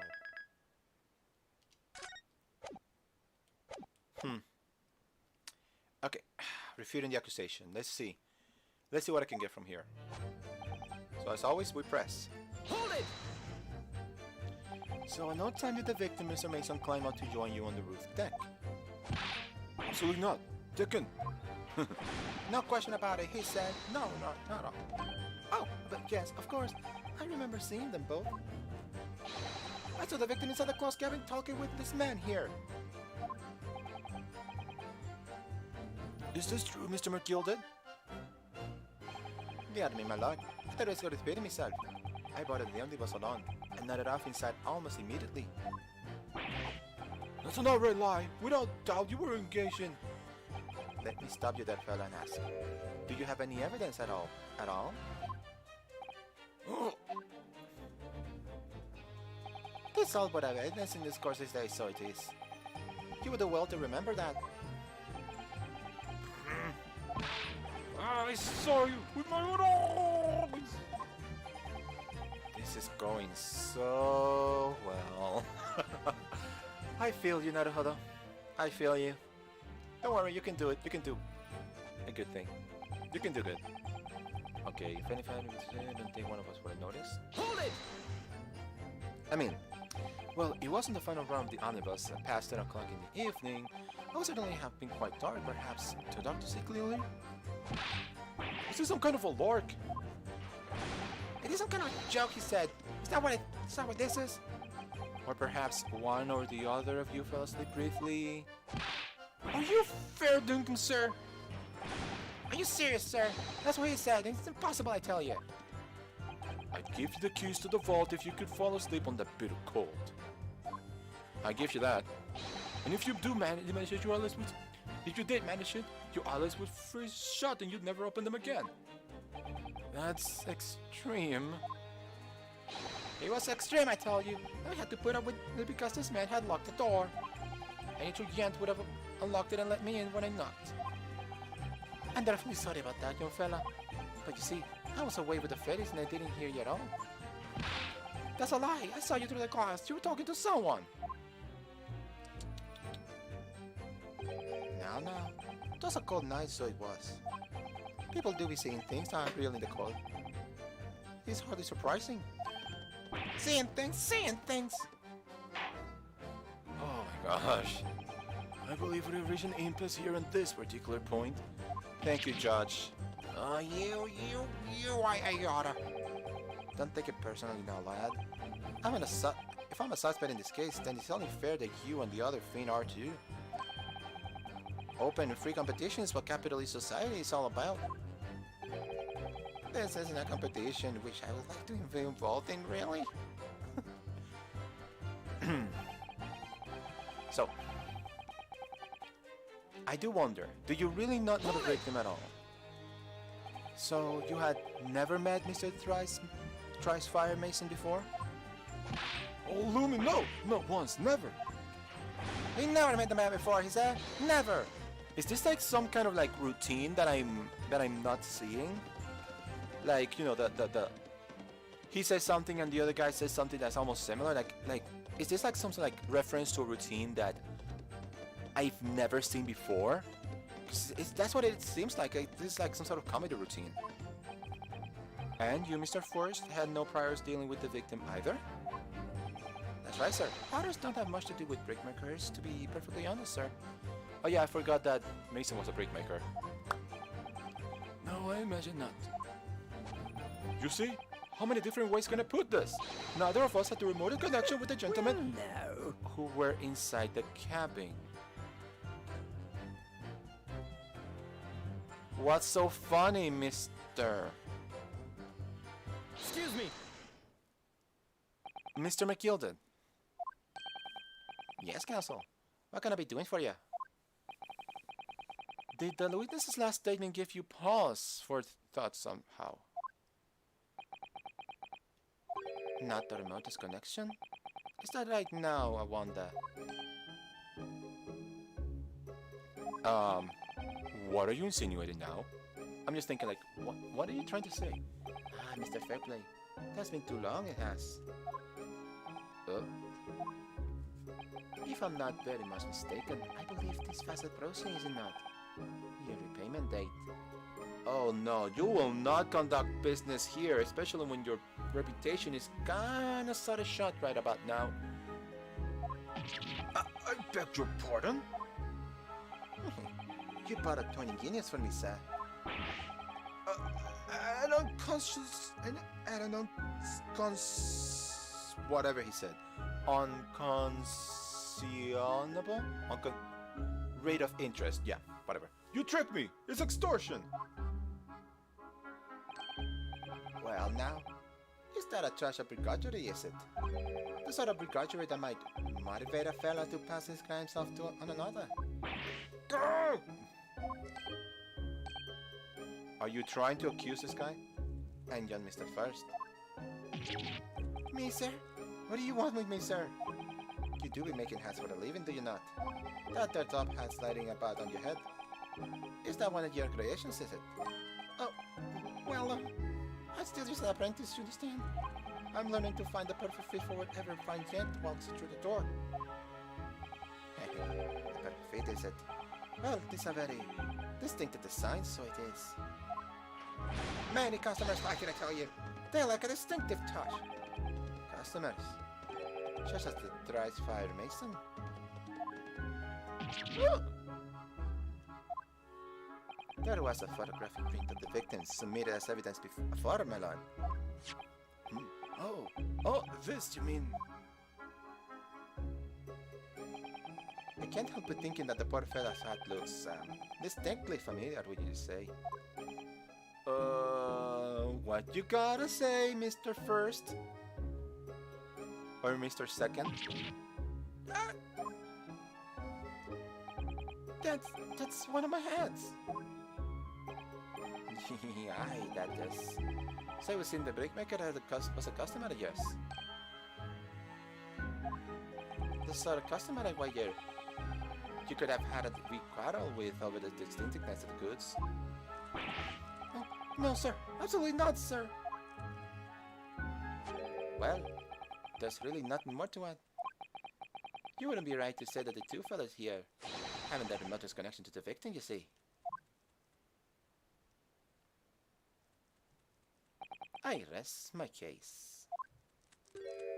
And they are absolutely shook. Yeah, this is going places.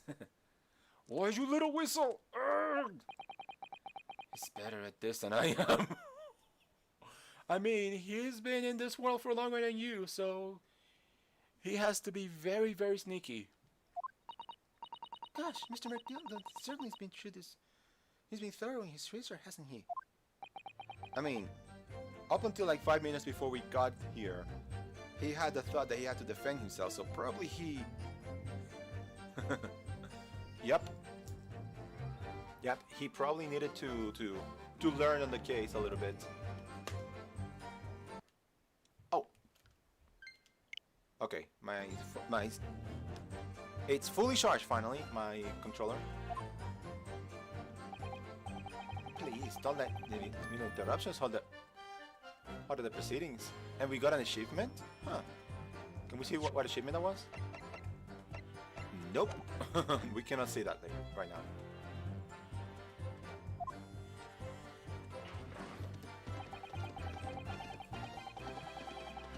Okay.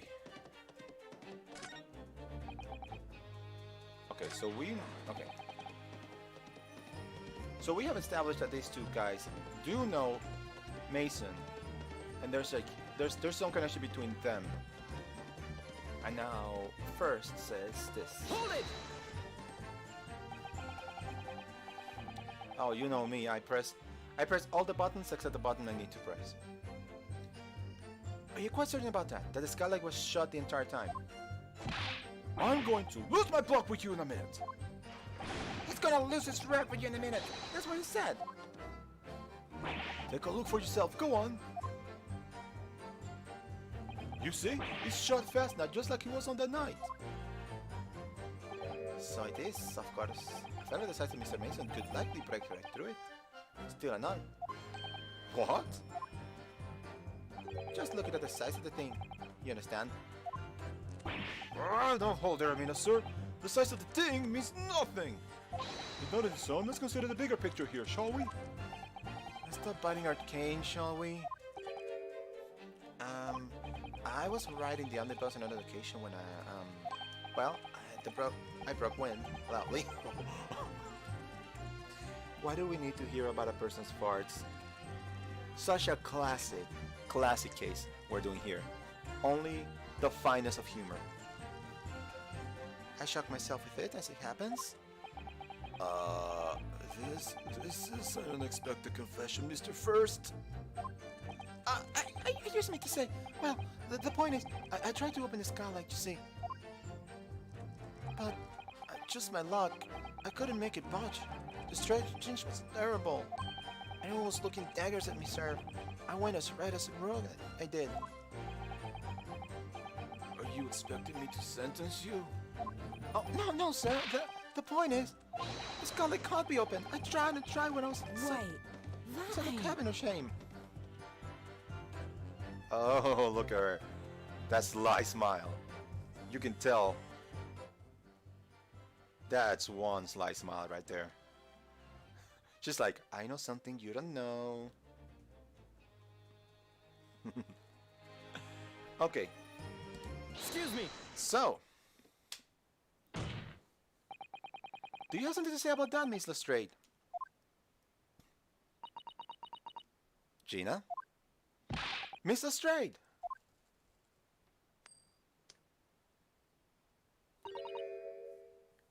It opens. I can't even say. The skylight. This is what we were talking about, right? Whoa! Aim that someplace else. All of them skylights open. That easy. More easily you can load that weapon. That's a lie, I tell you. Otherwise, when I broke wind, you can't do it from inside your mug.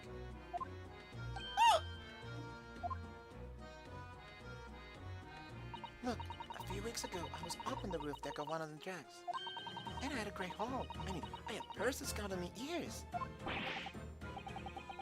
Mr. Straight, this is not the forum to be utilizing on the subject of your criminal activities. Well, anyway, I had a bit of a scare. When I lifted the last block's person, it got wise to me.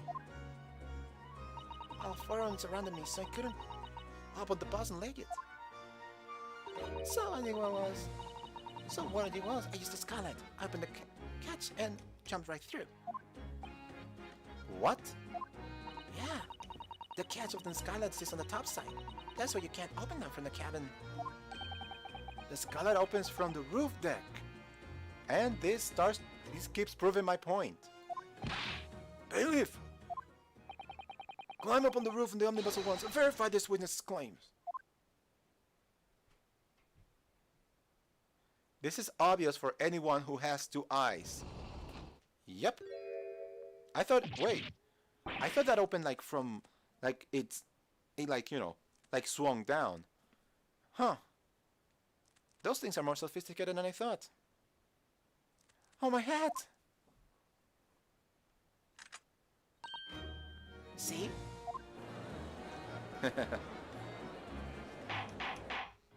Order!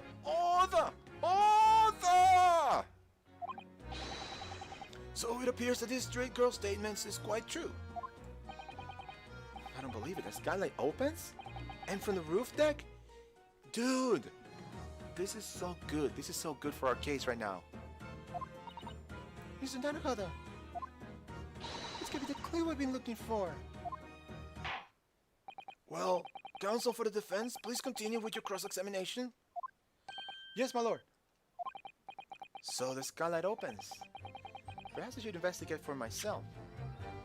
Let's give it a quick investigation, just to see if it opens a new piece of evidence. So the skylight was fastened shut before, and now the catch has been undone. We should be able to open it. And there it is.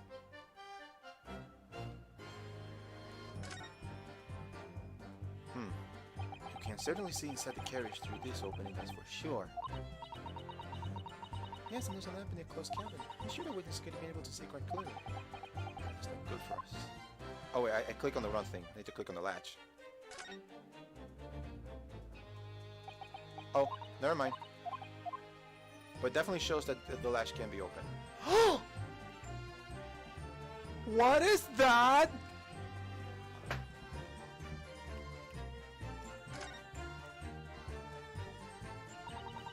Okay. Oh, it must have wonderful. Some people sit all the way up here with a bitter winter nights with the cold air rushing past them. Yes, that is awesome. And they have to pay money to do so. Okay. Yep. I just click on the wrong thing. I just need to somehow finagle my way to click on the right thing. Because this is crucial evidence. There we go. Oh, come on! Oh, come on.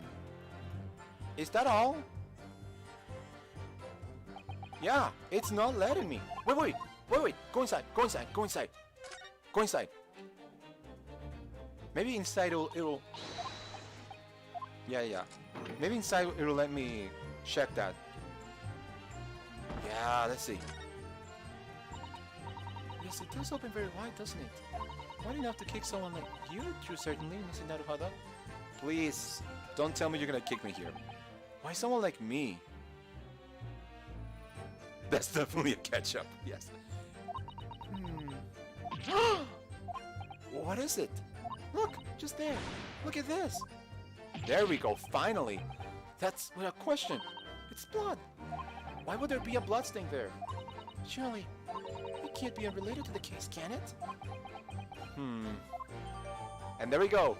Crime of the scene, there's a blood stain visible on the frame of the skylight when it's open. We got it. And my neighbors upstairs are celebrating. Okay, let's get out of here. We got the piece of evidence we needed. And before we do anything, let's save, because I don't want to lose this piece of evidence like I lost the one before. Okay.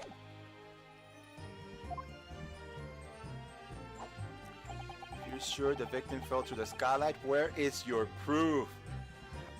You want proof? You want proof? I give you proof. I will give you proof. I'll give you the proofiest proof you will ever prove. Objection! Huh. On the night in question, the victim was fatally stabbed on the stomach. And immediately afterwards, the victim's body was pushed through the skylight into the cabin below. Those are the facts. And the irrefutable proof remains clearly visible in the omnibus that stands before us today in this very courtroom. What? That's sort of humbug. Huh. You can't possibly have any evidence. No, you can't. I mean, we didn't do it, I tell ya. That's impossible. Irrefutable proof. Here, in this courtroom. Counsel? My lord.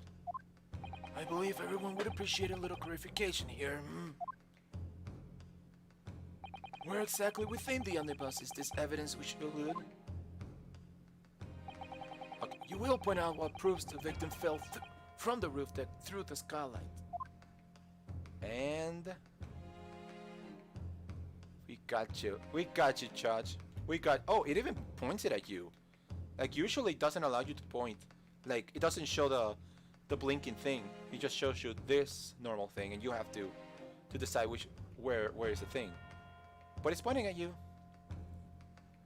Got it! By Jupiter, is that blood?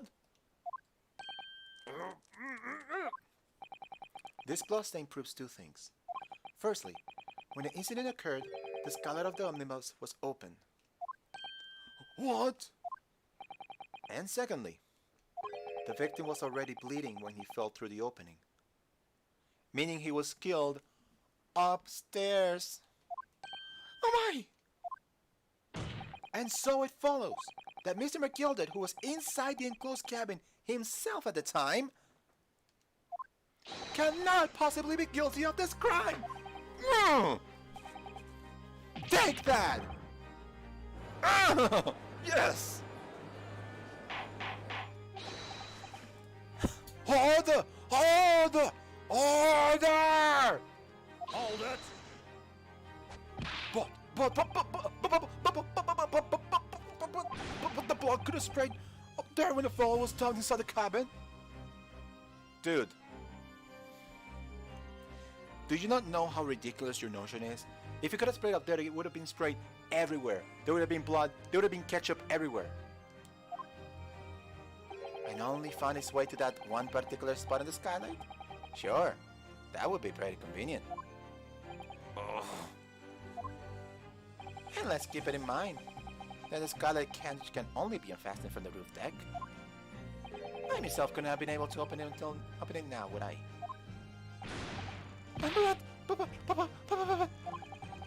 There's no way for it for certain, is there? If the gent really fell through the skylight, I mean. Why don't we have a good look at the floor of the cabin between the two seats, Mr. First? This is all too plain, if you see. There's the aftermath that shows the portfolio dropped from a fair height right there, so it is. Huh. What? No! But we can't be so lies! Hold it! My fellow remembers. I think we can all agree that this is clear proof of the defendant's innocence, can't we? Yeah. Like, we don't need to know who killed them, but, you know, it's Ace Attorney, so we're gonna figure that out anyway. But if this were a normal court, we don't need to know who did it, we just need to know that the accused didn't do it. I believe we can, yes sir. It's clear to me now where the filthy rubbish can be found in this courtroom. So, they thought they could pull the wool over my eyes, did they? Yep, you're not gonna say a thing. I won't tolerate it, and the girl's carriage has been sullied with blood. I won't tolerate it. Oh, I always knew that. Oh, Granny cracks me up. Oh, I always knew that nice gentleman who gave us that delightful park couldn't have done such a thing. On three then, everyone. 1, 2, 3. Objection! Come on! It's clear! Even if you don't find the guilty party today, it's clear there's no way!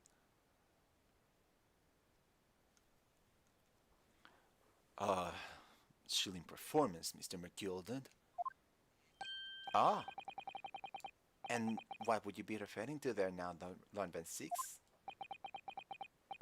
A blood stain on the frame of the skylight. What are you talking about? Such evidence is null and void. What are you talking about? Why? For one extremely simple reason.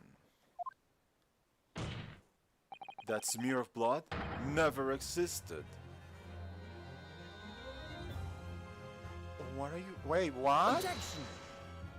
What are you talking about? Exactly. It's there for all to see. It's clearly blood. Objection! I personally attended Scotland Yard's investigation of the omnibus. The officers involved went over the carriage with a fine-tooth comb. So I can state with absolute surety. No such smear of blood existed in the carriage. Where's your proof? Now that's the question. Where's your proof? If you have a photographic print that shows there was no blood, I'll believe you. Ketchup didn't exist then. Then how do I eat my hot dogs if there's no ketchup? At least not until this trial began. But are you suggesting the document says that this stain of blood was fabricated, my lord? Yes. And while this court has been in session. What? I know what he's suggesting. What a paveler. I must say I didn't expect such a crude reasoning from a prosecutor understanding, Lord Van 6. I mean, you are saying a lot of stuff without evidence, bruh. But I'm Magnus McGilden, a fellow known from all over the capital for his fine contributions to public life. I don't take kindly to slander. And I'll fight it to the bitter end. Even. Ow, sorry, my eye. Give me a second. Ow, my eye. Give me a second.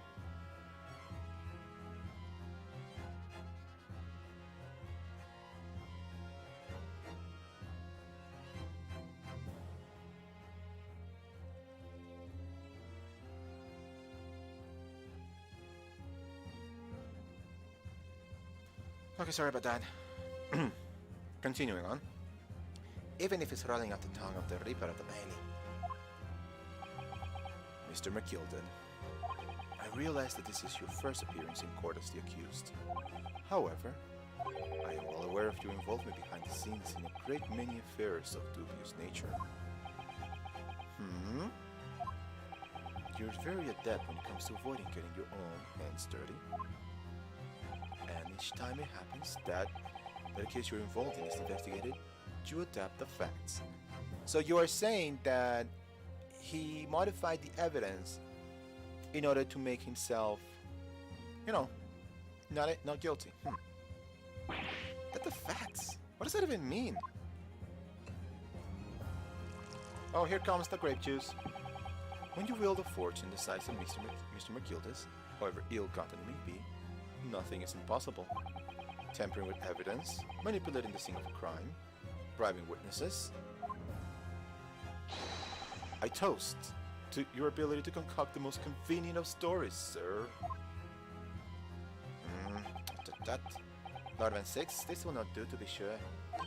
Will it now, counsel? Huh? Oh, no! I think it's fair to say, this does not sound like a rather far-fetched excuse by a desperate man. The blood on the skylight didn't exist, you say? But, if you will all cast your minds back, is it not true that the omnibus had in there in the courtroom the entire time? How could anyone possibly have put a smear of blood in it without the world and his wife seeing? Exactly. Isn't that right now, counsel? The problem is that we already seen the scene of the crime being tampered with when they took out the things that were inside the cubbyhole. So that leaves the possibility that the scene of the crime could have been tampered further. Oh my gosh, this is... okay. Okay, so the bus has been in full view the entire time that the court has been in session. My learned friend. Here's to hearing your opinion on this matter. In your own words. Okay. As you wish. Could someone have tampered with the animals during this trial? If you're asking me, I think it's time to save. I just have three buttons left, and I do not intend to lose them. The problem is that yes, it could have been possible.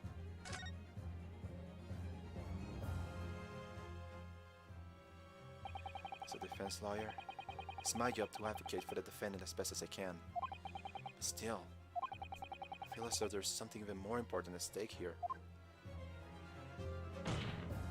There is no evidence to suggest that the defendant did as my learned friend suggests. However, in terms of having the opportunity to carry out the alleged tampering, there is one possibility. Oh, good gracious! Explain yourself, counsel! Yep, there is one point that could have happened. Yes, there is. It seems my learned Japanese friend has no intention of running from this deceit. Deceit? I'm sure everyone still remembers clearly the recess that we were forced to take. As a result of the smoke grenade fired by the witness currently in the stand, Miss Gina Lestrade. The bang, then everything did some smoke, and I lost my mind. What's going on? Be careful, Miss Naruhata. Cover your face. Bailiff, don't let the accused escape. Secure the omnibus. I hereby call an emergency recess. Bailiff, ensure the defendant is in custody and clear the courtroom. So, the courtroom was filled with smoke, and everyone was thrown into confusion. All of us were made to leave this chamber. In that brief interval, under the veil of smoke and in all the chaos, it could have been possible to steal inside the omnibus. And no, I love the way that it went like 360 just around Ryunosuke. That is new. That is a new animation, and I liked it. Do it again.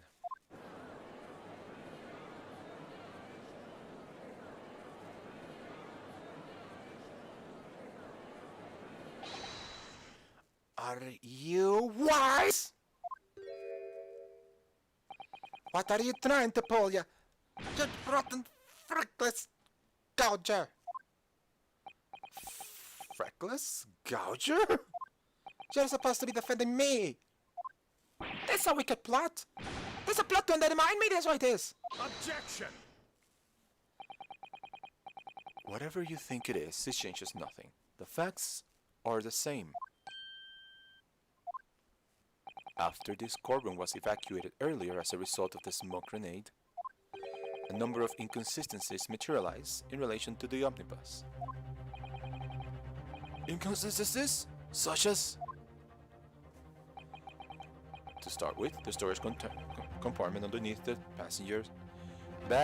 underneath the rear passenger seat. Yep, it has been emptied out. When the police investigated the omnibus, this compartment was full of the driver's items. Secondly, we have the smear of blood on the edge of the skylight. As I have said, that was not present at the start of the trial this morning. Have we been running into a trap all this time?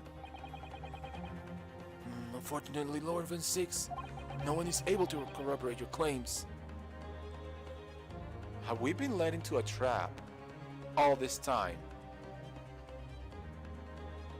You know, this game's just love to lead us into traps. That's true. When the omnibus was first wheeled out, both the storage compartment and the skylight were shut. Accordingly, I'm afraid to say we cannot establish with any certainty if this evidence is the result of tampering or not. Right. Indeed, my lord. No doubt there was not a single person who saw fit to verify such things. What do you think? Sorry? About the omnibus. Is there anything else unusual about the omnibus? Huh. Is there anything else unusual about the omnibus? Well, let's look it up.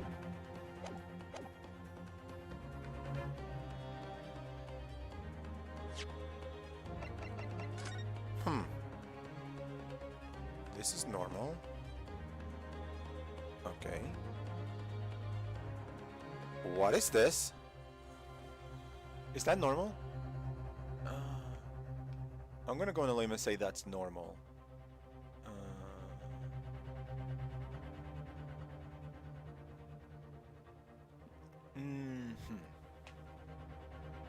I'm looking deeply at everything. If there's anything at all that looks like could be out of that. Anything at all that could be out of place.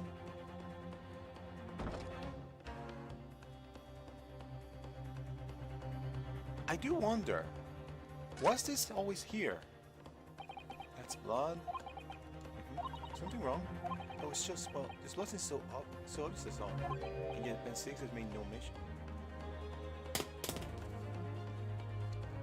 We have been deceived. We have been bamboozled. We have been smackledorfed.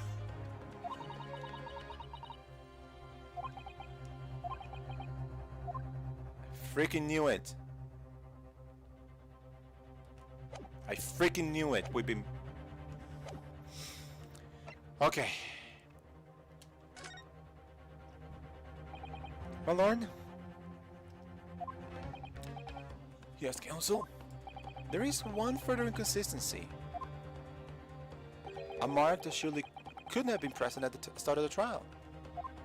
What? What in the devil's name are you gonna say now? If you dare betray me, you little maggot, you better start washing your back. Objection! Silence, McGilded. The court awaits the defense's clarification. This trial keeps swinging one way and then the other. I have no idea what's truth and what's deception. What am I supposed to believe here? I have absolutely no idea. I think... What? Yes, what is this case? That is correct. What is this case? Alright. Where exactly is this alleged mark that you claim appeared at some point during the trial?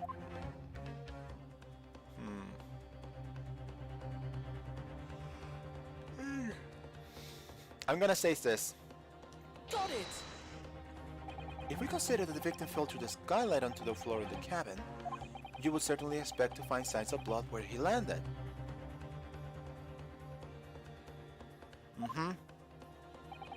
But as far as I recall, this bloodstain on the cabin floor was not there when the omnibus was first brought into the courtroom.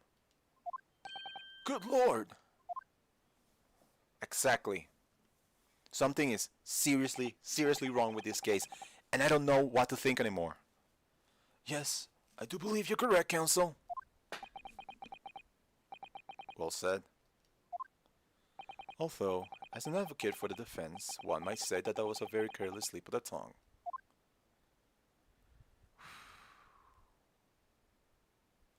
I believe that bloodstain on the floor is a decisive piece of evidence. But, if the question is whether the evidence is genuine, or whether it was unlawfully fabricated by someone, I feel compelled to admit that there's at least a possibility that the evidence is fake. Because it's so convenient. It's so convenient to have the bloodstain. It's so convenient to have the other bloodstain on the roof.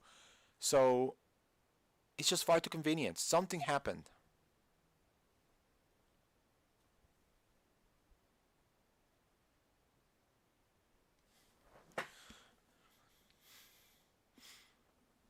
I know, it's just...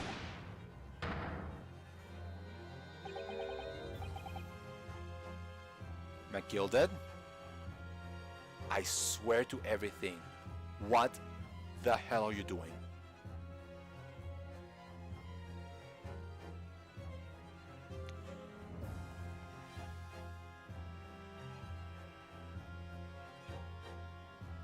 I play the S Attorney games with the assumption that all of my clients are innocent. It's just how are they innocent? How we can get to the point that they're innocent? I think this case is breaking me. I think this case not only is breaking me, it's breaking tradition here. Because there is one other case, again, a callback, but there's only one other case where the defendant is actually guilty.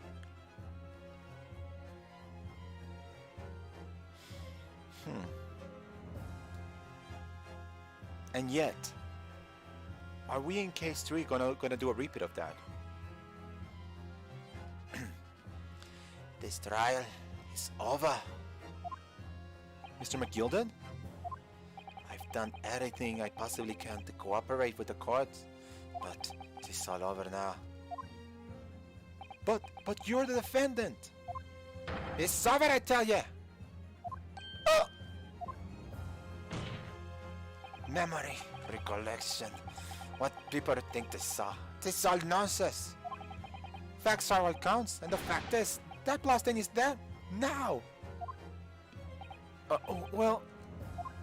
And over the course of this desperate trial, long and extremely drawn out as he has been, that good-for-nothing Reaper of the Bailey has failed to present any decisive evidence at all. He got you? I mean, where is your evidence? That is entirely correct, though. That scandal I saw him. I thought better of Lord Run 6. Well, my lord.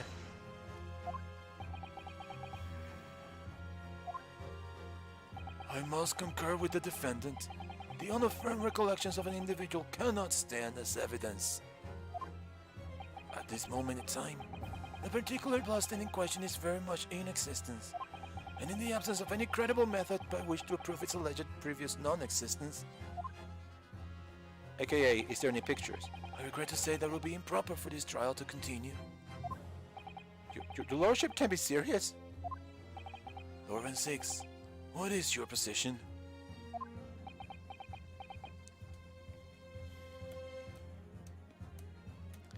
Oh my gosh. This case is breaking me. Prosecution, my lord, has no further witnesses or evidence to present. Wow. If we leave it as it is, we win. But at what cost? Very well. In that case, as I believe we have explored every possible avenue in this matter, I shall proceed to my adjudication. As a formality, I am of course obliged to confirm with the defense first. What formality? As things stands at the moment, it would seem that Mr. Matilda will be found not guilty. AKA, we win. Yes. Which would mean we won. Yes. But is that really the right outcome here? Because I'm not feeling quite like a winner here. I'm not quite feeling like a winner in this case right now. Is it really alright for the trial to come to an end now with all these unexplained inconsistencies? Counsel for the defense, your closing statement, please. Oh boy. What do I want to say? Yes, my lord. The defense believes that I need to save and take a 5-minute break because, oh my gosh, I can't take this. Okay. I'm gonna take a 2 to 5 minute break. I need to go to the restroom real quickly. I'm gonna leave you here. And I'm gonna come back in like 2 minutes. Okay? Be right back.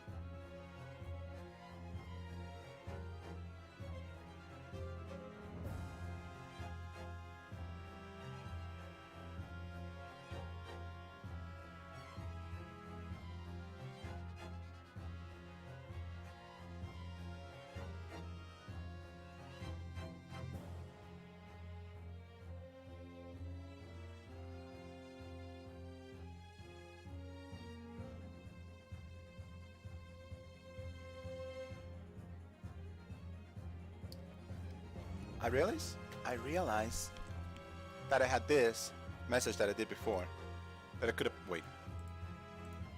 Sorry. Let's put this over here, I guess. I have this message that I could have put. It's like, hey guys, we'll be right back. Don't worry about it. But anyway, here's the thing. If I say the defendant is innocent, we could end this trial, probably, potentially. Do we do it? I'm gonna leave it to you. Do we pick innocent or guilty? What do you think? Innocent or guilty? Do we see what happens if we go by the easy route, or we try to go to try and get guilty? This is not like how do we follow the story. This is just like, oh, this is what I think I should do. But this is or rather, you know, just one or two.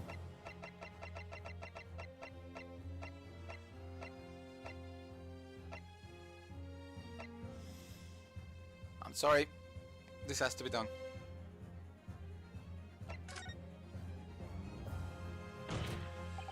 Alright. I'm here in this courtroom today to advocate for the defense of my client, Mr. McGilded. However, at this moment in time, I cannot in all good conscience attest fully to the defendant's innocence. What are you saying, man? Without any question, there is no conclusive evidence to prove that the defendant is guilty. However, there is also no conclusive evidence to prove that he is innocent. I don't know. That's how many people get proved, get you know, get out of court without a scratch. You know, like they say. Good. Good gracious me. Order! Order! We're gonna keep going, I guess. This is unprecedented behavior, counsel. A defense lawyer calling the accused's innocence into question? Are you of sound mind?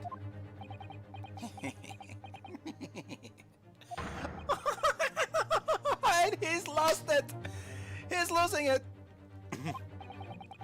Ah, that was a grand decision to appoint you as my lawyer, so it was. A grand decision. What? I must say, I didn't expect quite such an exciting spectacle at the end there, still. What that... What do you mean? What that woman? I don't get it. Here, have this for your troubles. Also, that coin coming into the screen, that's 100% an effect for the 3DS's touch 3D screen. Huh. Your job here is done, fella. And some fine work you've done, so you have. What are you talking about? This just as the right honorable gentleman so succinctly put it afar. The trial can't go on anymore. And your closing statement there was... How do you put it now? Nothing but a formality. Okay. Oh no. Oh no! Oh dear Lord, no! What the hell? I really don't know what to make of all this. Was the evidence genuine or was it faked? What about right, woman?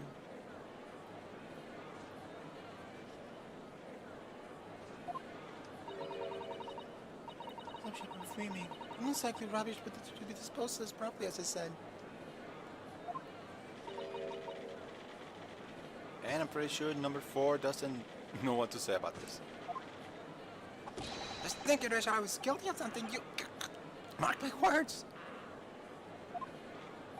I feel terribly ashamed that I ever doubted that lovely man who gave us the lovely park. Oh no. This is...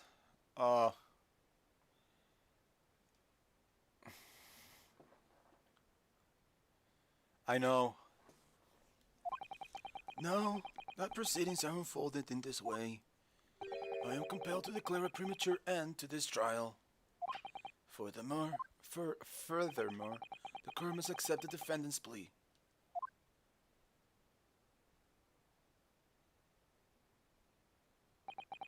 I thank you kindly, my lord.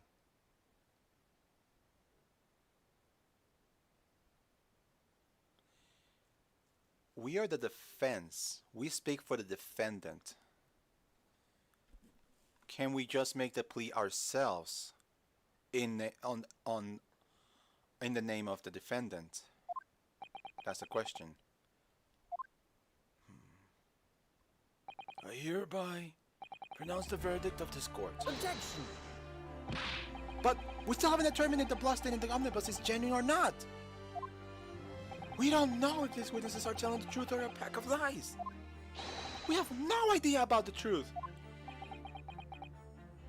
Lord 6, my lord. The case made by the prosecution was flawed, plain and simple. It was, but If indeed the omnibus presented as evidence was tampered with, the prosecution is at fault for allowing such a disgraceful perversion of justice to take place. my sincerest apologies, my lord. Objection! Hold up. But, wait. When we were evacuated from the courtroom, Lord Van Six ordered the evidence to be secured. I'm afraid the prosecution cannot shun responsibility in this matter. That's so unfair. That's unfair. The culpability of the defendant has not at the present time been established by this court. Consequently, the jury will not be required to proffer judgment. What?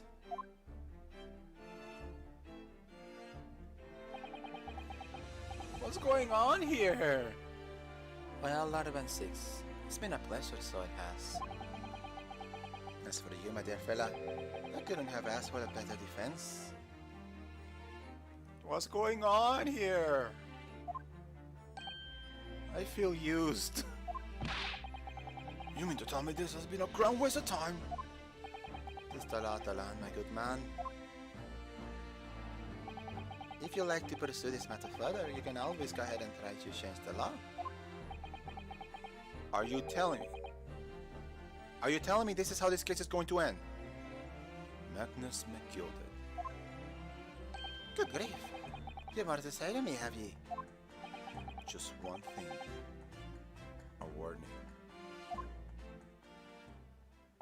This is far from over. Oh, so spoke Dracula.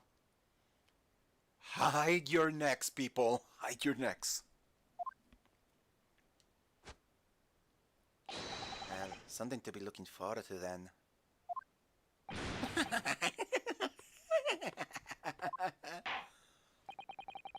I hereby pronounce the defendant, Mr. Magnus McGilded.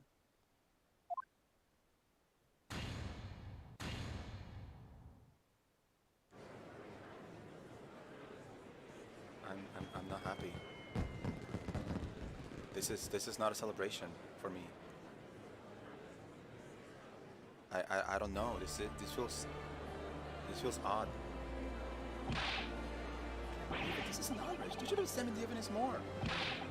Talking about the man's been clear. He's innocent.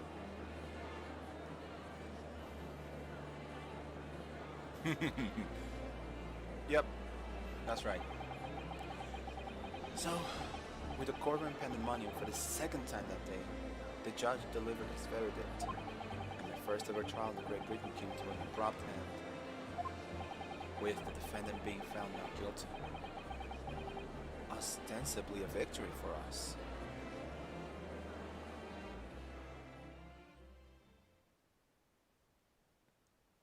Yeah, this can't... Is this really the end?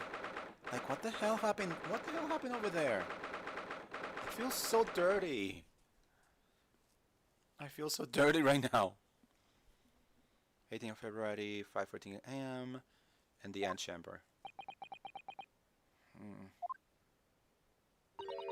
It certainly was a long trial. Yes, it was.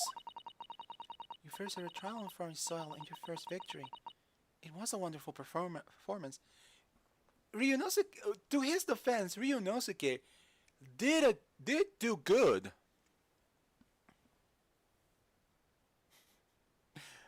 That's okay. I think this was the path that we were supposed to take, but it's like, Ryunosuke did good, but now, I don't know. My heartfelt congratulations. And to you, Miss Susato. Thank you for your assistance. I suppose we should be happy. It's like, should I feel happy about this victory? I don't know. The trouble is, we're still completely in the dark about what actually happened. It's just like the first case in this very game. We found, in the first case, if you didn't see it, we found a guilty party. But we never knew why the guilty party killed the victim. And the guilty party might as well have gotten scot-free even though they were declared guilty. Well, we didn't have enough time. Yep. But isn't it wrong? I mean, who was actually responsible for Mr. Mason's death? We don't even know that. The sole aim of the defense is to obtain a verdict that exonerates the defendant.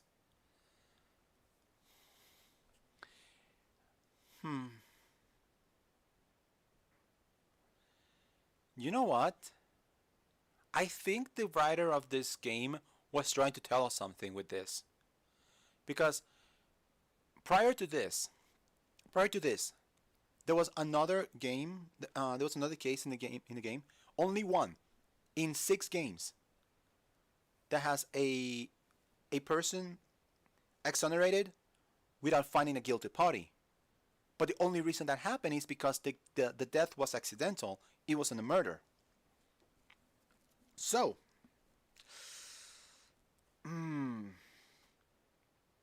so I guess they're telling us there was always this question about why do we need to prove our client's innocence by finding who really did it, who really killed the person.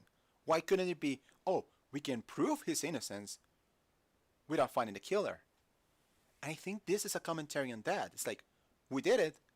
We somehow, some way, found our defendant innocent. But it's not fulfilling at all. Not at all. We know something's still shaded. We know something's still wrong. We know something's still lingering, as you so succinctly said. But we can celebrate, question mark? Because we found him innocent? But it's not fulfilling. It doesn't feel as good as when you've nailed the real bad guy. Or I'm just talking under my butt. You carried out your duty to perfection. Aye, that you did. Oh my gosh. Mr. McGilded. And that girl is with him too. These two are a pair. And by a pair I mean they're like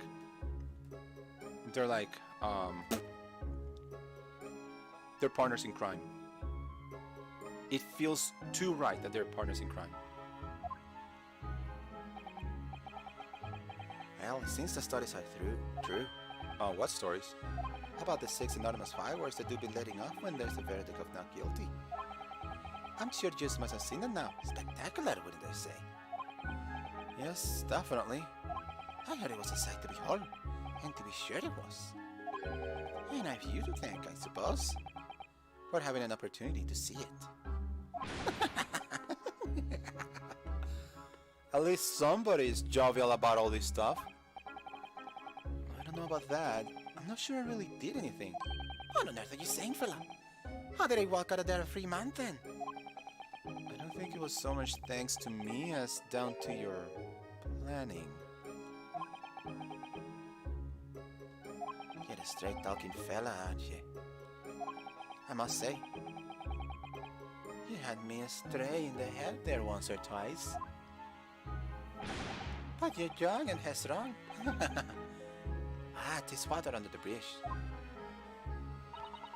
Congratulations, Mr. McGilded, on having your name cleared. But nothing's resolved. There's only one thing that matters to me. Oh? Aye. They've all seen what I didn't do with the audios and absondant teeth. They didn't do to that odious and absonant teeth? What the heck? Sorry. It's grand, is it not? I suppose it is. And the fine fellows of Scotland Yard can take matters in their hands and sort out any wee details. They'll see it for what it is. They'll get to the truth. I have absolute faith in them, so I have. After all, I do be providing a good number of their wages with all the taxes I pay. You couldn't be any more of a slime ball if you were actually a slime.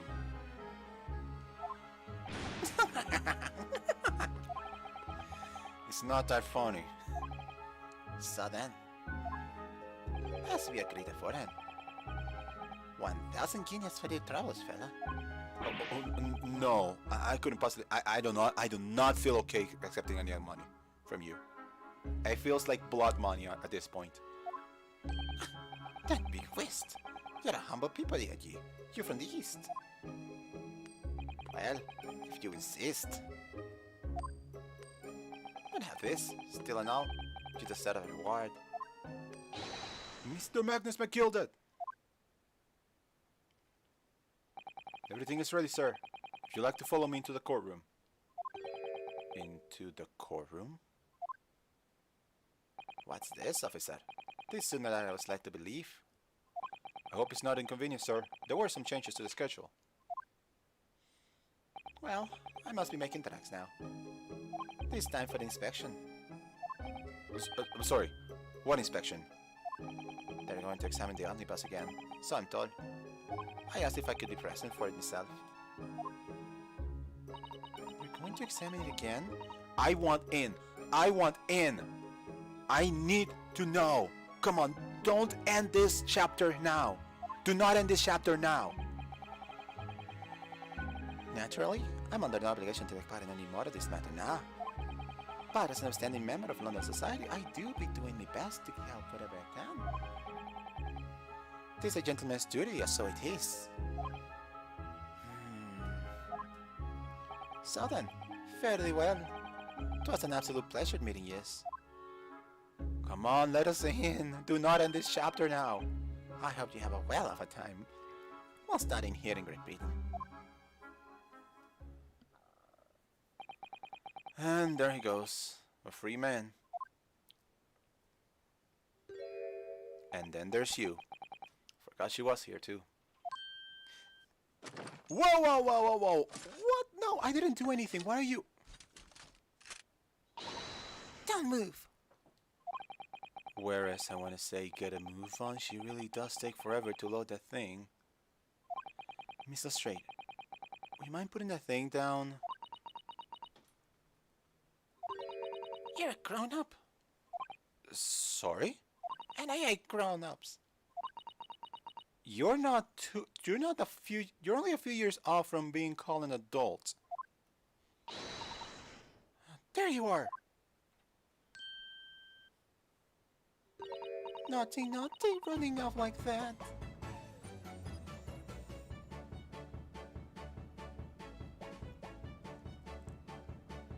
I know who she is. I know who this character is. She's been in promotional materials all the time. I think this thing is... Oh, we're going there. Is this some kind of picnic? Who's this sassy lost child? You're taking that with you as well. I was looking forward to the trial run of my experimental smoke grenade launcher. Huh. Whoa! Oh, you wanna play? You won't beat me. Okay, ladies, you can whip them out and measure later. We need to get out of this place. Excuse me, but who are you?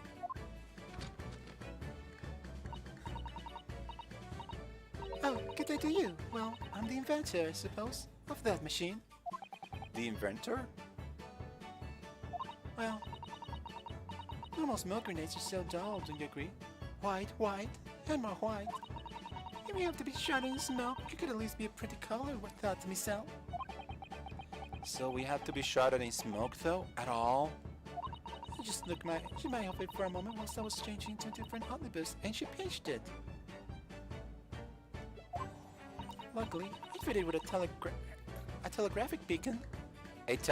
What's it? Yeah, like, what is she talking about? Anyway, you're coming with me now. Back to my laboratory. What for? To apologize, of course, silly, to my technician. What? You mean, say sorry? You must say sorry when you've done something wrong. Surely an adult has told you that before. An adult? I didn't listen to no adult. She's aiming at you with a bazooka.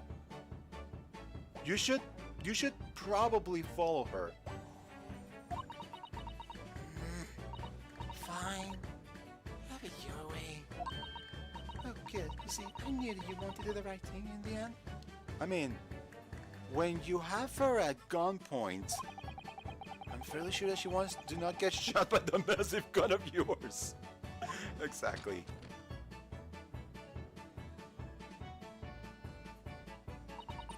We'll be leaving now then. Bye-bye.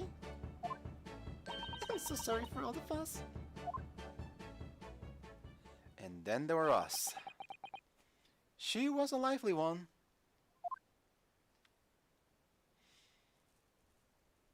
Well, do you think perhaps we ought to be on our way now too? Yes, you're right, but where to?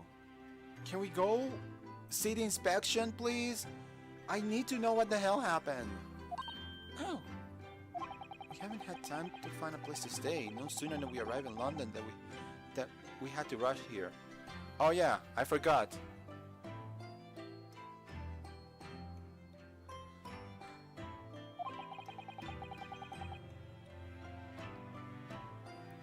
I mean, maybe.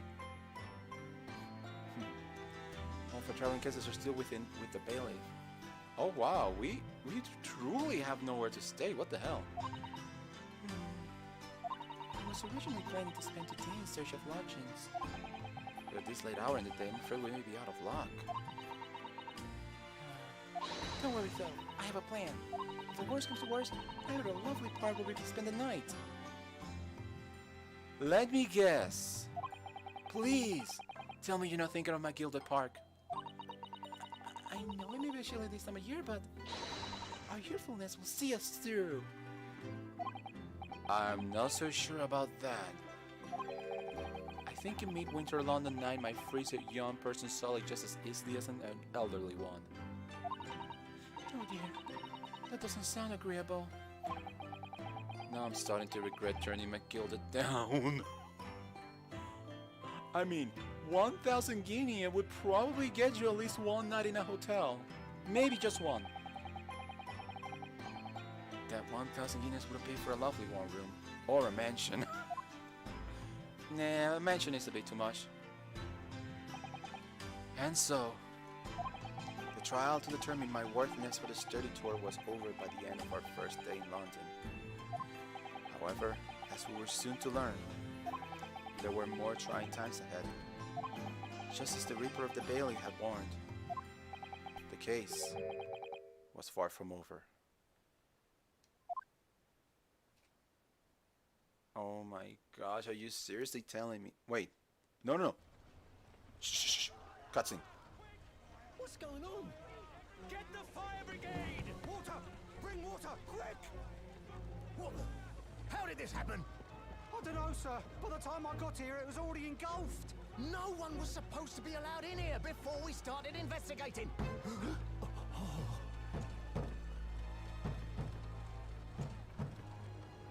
No. Oh, good God. There's someone in there.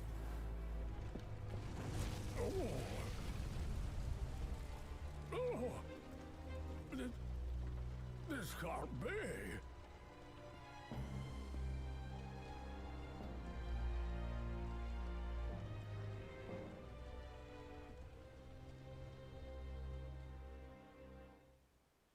What the hell just happened? What was that? Oh my gosh! You can't just leave me like that and say, no, here. That's it. You're done.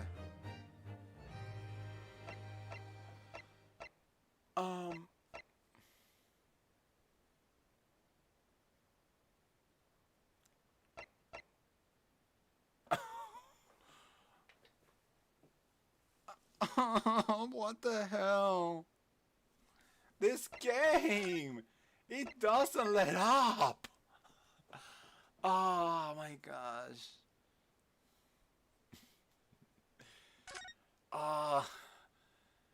Yeah. I'm glad you didn't tell me, but at the same time, holy crap. That is nuts. That is absolutely nuts. Okay. I need a freaking drink after that.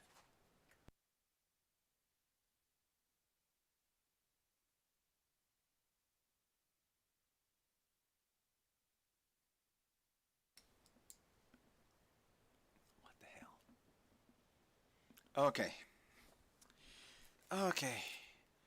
Okay, I just need a moment to, like, just calm myself down because this is just insane. I'm just eating my fake bar. Just saying to myself, this is just, what the hell? I'm sure that the last case will call back to this third case and let us know how is this gonna end. But wow, I just can't. I literally can't. Anyway, moving on.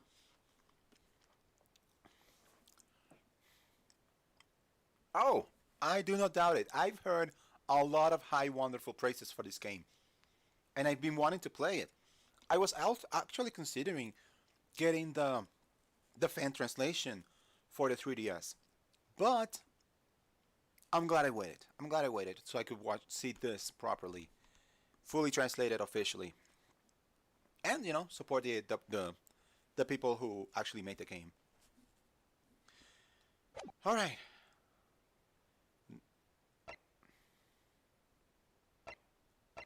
So we have time. We have plenty time. I didn't think personally. I did not think I was going to finish this case before Sunday.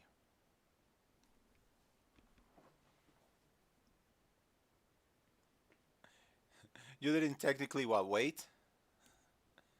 Have you already played this on 3DS? I mean, it's alright. Oh! Oh! Oh, I know what you mean. Oh. Moving on! We have time. I didn't think I was gonna finish case 3 like today. Maybe I will. I say, oh, I'll finish it tomorrow perhaps. But we have time. We have, I think, about an hour. Oh. Okay. That's fine. That's fine. So long as you watch, so long as you keep watching and keep supporting. That's fine. Support me. Support anybody else who plays these games, or maybe I don't know. Maybe you watched a playthrough a time ago. All that matters is that you enjoy this series, because boy, this series can get wild. Sure it can. So since we have an hour, let's go straight into episode 4, The Adventure of the Clouded Kokoro. What am I going to get into now? I have no idea. Welcome to the adventure of the Clouded Kokoro. I begin to think, Wilson, said Sholmes, turning his head languidly in my direction, that there is more to this case than that which we have observed. Indeed, that there may be another part to this story that we are yet to discover. His eyes wandered, following the steam rising from his cup of herbal tea, leading him to the distant memory of that snowy evening. To the young lady collapsed on the pavement along Briar Road, and to the knife in her back. Lit in the soft glow of gas lamps, a most extraordinary scene had been set. And under the cover of a light fog, the curtain had risen silently on the insoluble mystery of our invisible killer. Criminy. What a bad way to go. Alright. So it's February 19th, 9:47 a.m. We're at the British Supreme Court, Lord Chief Justice's office. I'm sorry, just can't keep thinking of the last case. I was for sure that the knife was gonna mean something, and it never did. It's gonna keep on my head all this time, and I will not be able to finish this, at least this game in the collection, before I go out into my family vacation, quote unquote vacation. But let's move on. Let's try and move on. Did you sleep last night, Mr. Naruhodo? No, not at all. Me neither. I wouldn't sleep after that. It was an enormous hotel, wasn't it? The rooms were so luxurious. I felt like we were staying in a palace. And with all the gas lights twinkling, it was brighter than day even in the middle of the night. I'm not so sure about that, but yeah. What about the enormous beds? After my time on the SS Buria, I wasn't gonna waste a single inch of that space. I spent the entire night rolling from one side of the mattress to the other. She's just smirking, like, thinking, oh my gosh, Ryunosuke is such a kid. Oh yes, it really was the sort of night you can only dream of normally. Except when I learned that we owed £3 for the rooms, that dream quickly turned into a nightmare. Wait. What? Oops. Sorry about that. The building was so impressive and the entrance so inviting, I just wandering without thinking. In a lodging house in Japan, that sum of money would put a roof over your head for a whole year. How badly was the financial situation in Japan at the time, when £3, £6 actually, would give you lodging over your head for a whole year? I did try, but I'm afraid I couldn't help my tears when we were presented with the bill. I would too! If you were telling me, like, here's the room, one day, oh, by the way, it's $10,000 per night, I'd be like, thank you, goodbye, I'll be in another continent. Exactly. I don't know what kind of logic they're doing, but it's like, wow. Really, I'm sorry. And it's obviously Ryunosuke's fault here. Well, never mind. We must find some more affordable lodging straight away, though. If we're not careful, our entire stipend will be used up in 10 days or less. Yikes! London is a scary place. Ah, good morning to you at this early hour. And it's this guy. The other M that we were talking about. Oh, yes, well.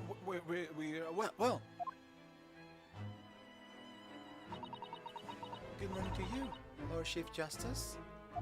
We have come to report on the outcome of the trial at the Old Bailey yesterday. Susan is amazing. She doesn't bat an eyelid even in the presence of the imposing Lord Strongheart.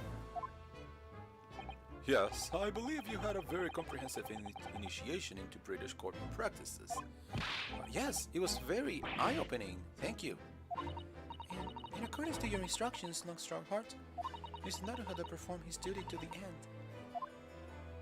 Yes, I've already been appraised of the events. You conducted a remarkable defense. You may consider the test passed. Oh, no longer are you a student from the Empire of Japan.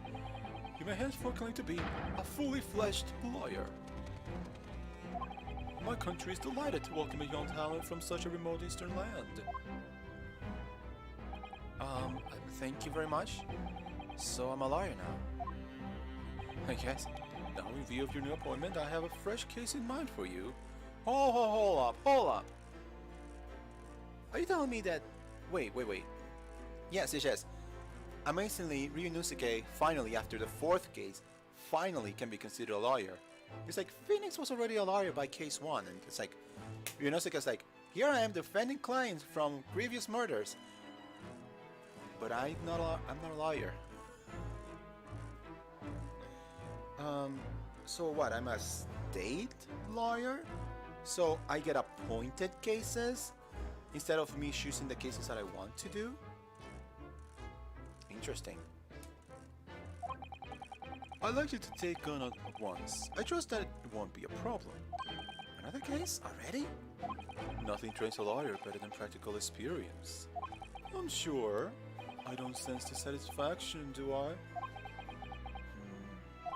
It's just that yesterday's trial ended unusually. I haven't quite come to terms with it. What's to come to terms with? The man was cleared. What more were you hoping for?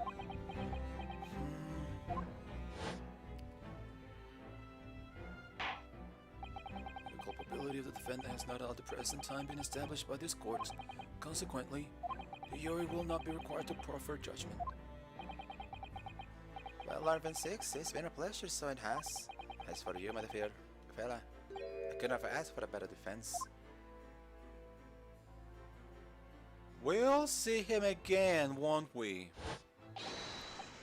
That's just my gut feeling. We will see this dude again. And when it happens, oh crap. I just can't help wondering, if Mr. McGilder really was innocent?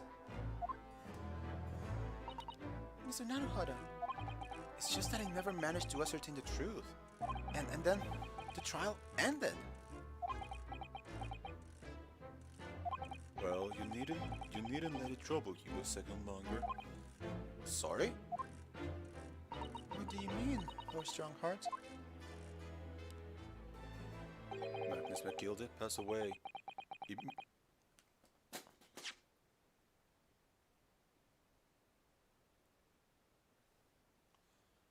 Oh, wait, no,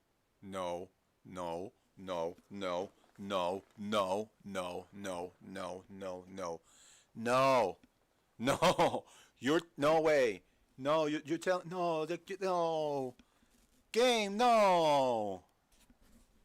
Are you seriously telling me? You know, I had a suspicion, but I thought for a second that it wasn't McGilded. I thought that the person inside the omnibus, I thought that was Fairheart, whatever his name was. What? Wait, what? What's this? The audio is distinct? Is the audio distinct? Because, oh my gosh, I truly do apologize if it is indeed distinct, because I...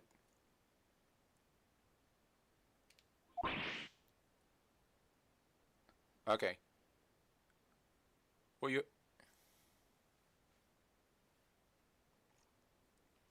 Okay, good, because I still need to figure out how to fix the issues I have on my end with the audio, but so long as the audio is good... Okay, it's your side. Okay. Well, I'm sorry that you're having problems on your side. Let me know if there's any problems that are on the stream itself, because if there's any problems on the thing itself, the stream itself, I will try and fix them on my end as well.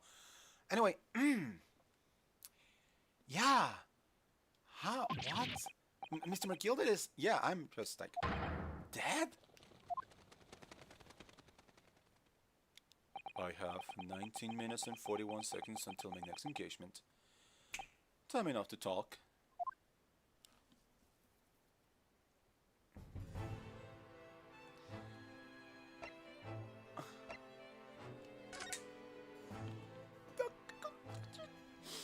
I thought it was Fairheart, the big banker guy that was killed there, and I thought it was McGilded who put that on fire and, you know, make him die. But you're telling me that McGilded was killed there? Oh my gosh. I don't understand what happened. How can he be dead? He be dead. After the trial concluded yesterday, there was a great commotion in the Old Bailey. As you'll presumably recall, an omnibus had been wheeled into the courtroom.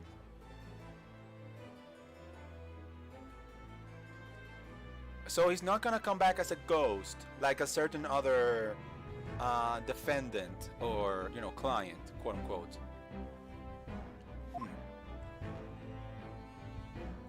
Yeah, yes, of course. That was the scene of the crime which McGilda had been accused of.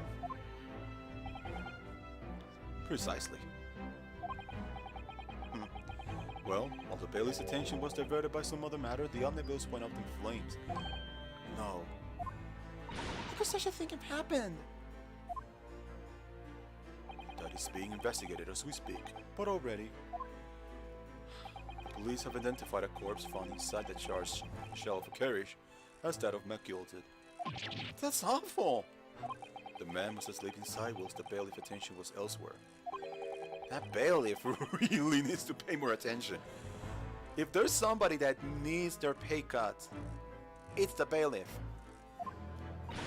And how could that have happened? That is also being investigated as we speak.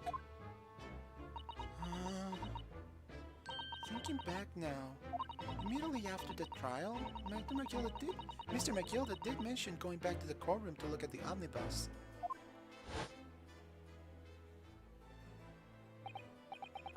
Well, I must be making tracks now. It's time for the inspection. I'm sorry, what inspection? We're going to examine the omnibus again, as I'm told. I asked if I could be present for it myself. Yep, that he did said that. Inspection of the omnibus? Not to my knowledge. I don't believe Scotland Yard had any intention of re-examining the carriage. Hold up! Oh, this case is far from over. This is gonna be wild. So, they were not gonna investigate. But then, we have the bailiff, and we have at least two people, the bailiff and McGilded, who knew that this was gonna happen. It's like, wait, what? But then who was McGilded talking about? Never mind that now. The Yard is making a thorough investigation. This matter is no longer any concern of yours. Leave it to the police. Honestly, that's the best we could do right now. Poor Mr. McGilded. Okay. Alright. While we wrap our head around the fact that McGilded died, like literally minutes after he was declared innocent, how about that British court though? You know something I don't know, and you're not gonna tell me, are you?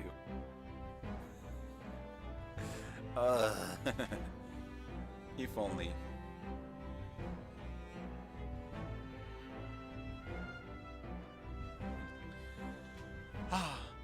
So, how do you find your first taste of our country's Supreme Court? Oh, well, I don't know. I mean, it was... Wow! Yep.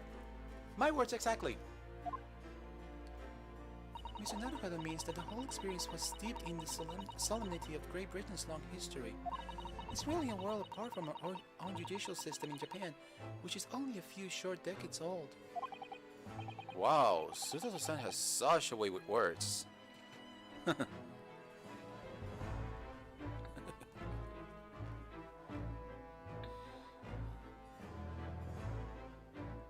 Understandable. Have a nice day. And you seem to have a way of failing to find the right ones. I failed to write the right ones. Did she just like read our minds? The judicial system here is the most advanced in the world. Learn all you can. The most advanced in the world is that. It was fortunate that your very first trial was a simple affair. That was a simple affair. Simple? That was simple? Why am I Susato now? It's like, yeah, we are of one mind right now. As I believe I mentioned yesterday morning, it was a trial you couldn't lose.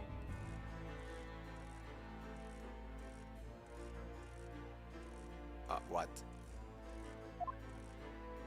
I don't mean to be contrary along Strongheart, but the case was anything but simple. The circumstances of the case were so incriminating, I was stunned when I first heard them. In fact, I still find it hard to believe that we managed to get a favorable verdict.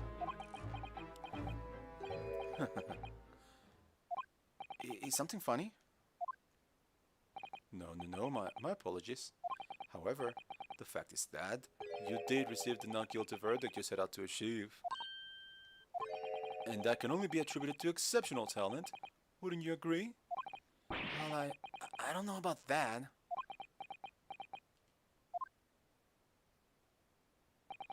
Well, never mind. You exceeded my expectations, I freely admit. That much is at least an undeniable truth. Which is precisely why I have prepared a new case for you that I mentioned before. What's going on? What was he going to say before? Okay. We're in case 4. Is anything going to make sense? Oh, anyway. New case. What you got for me, buddy? Could you perhaps give us some more details about the new case you mentioned? Don't tell me. It's a murder, and the trial starts in 10 minutes. Don't worry. It's nothing so alarming or quite so urgent as your last assignment. In fact, this case is completely different. Oh, I see. Did he just read my mind? Everybody's reading your mind, Rinos. It's almost like you're speaking everything you're thinking. That is to say, no one has died as yet. What? And the trial will not be today. There is plenty of time to research the case thoroughly. 23 hours, 43 minutes, and 90 seconds to be precise. Huh? So trial's tomorrow then. Is everything alright? Oh, yes. I'm just a little confused is all. Welcome to the Phoenix Wright series, my friends! Yes, that's right. I'm surprised though, because, you know, this is like the quote-unquote British system, so we're like, aren't we supposed to, like, at least have some, you know, maybe some extra time or something like that, but whatever. This is the Phoenix Wright style. Just as this trial was, well, it's left me wondering if I'm really cut out for being a lawyer. Oh, Mr. Naruhodo. I don't know if I could face standing in that courtroom again after McGilda's trial. Ah, yes, I nearly forgot. There is one similarity with yesterday's case. Once again, there is currently no one to advocate for the defense. You're doing this on purpose! If the situation remains unchanged, the trial will start tomorrow with the defendant unrepresented. You have time! And if that happens, I need not remind you of the inevitable outcome. The most terrible end awaits the defendant. I mean, we defended McGilda and he still died. Like, did we do anything? Yes, that's right. Here we go again.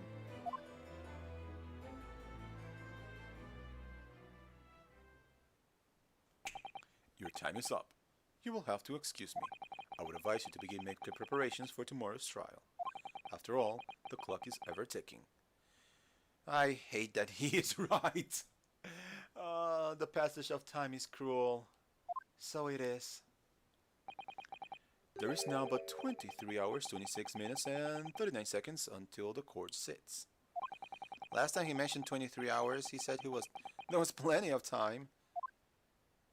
And one more thing, Mr. Naruhodo. There is something I would like to ask you. Yeah, what's that? Yesterday, you remarked upon something. That you intend to see through the will of your late compatriot, Mr. Asogi. Right. I would be interested to hear what exactly you mean by that. Inside 34 seconds. Kazuma always used to say, you see, that he wanted to learn how the greatest justice system in the world works so he could change ours in Japan. Now that he's gonna like to work towards that myself. And there's another thing. Oh. Another thing? Continue.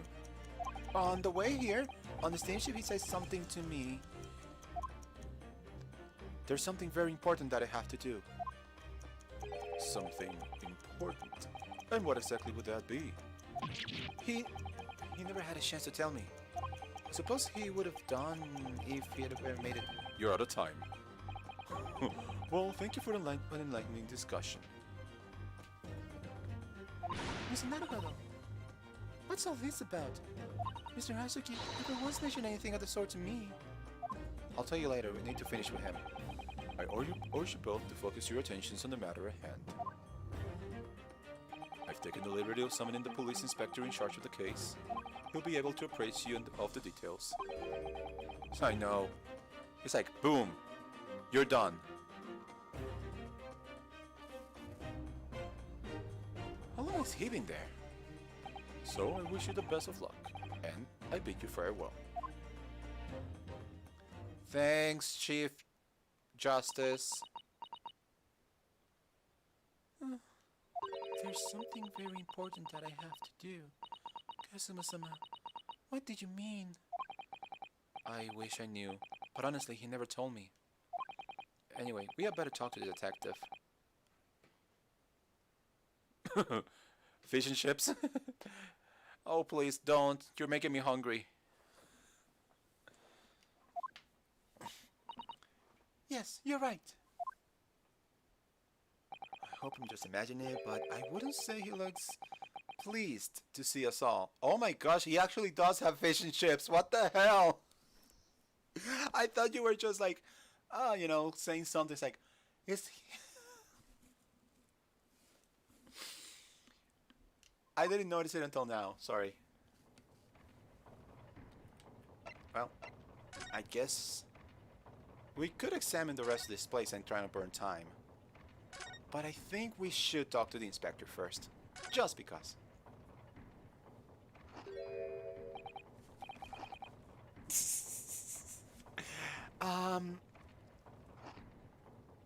Could we trouble you? Also, wait. Watch that animation again. He ate... Look at that, look at... Magic! Do it again. Phew, magic! Ooh! Huh? Lovely weather, isn't it?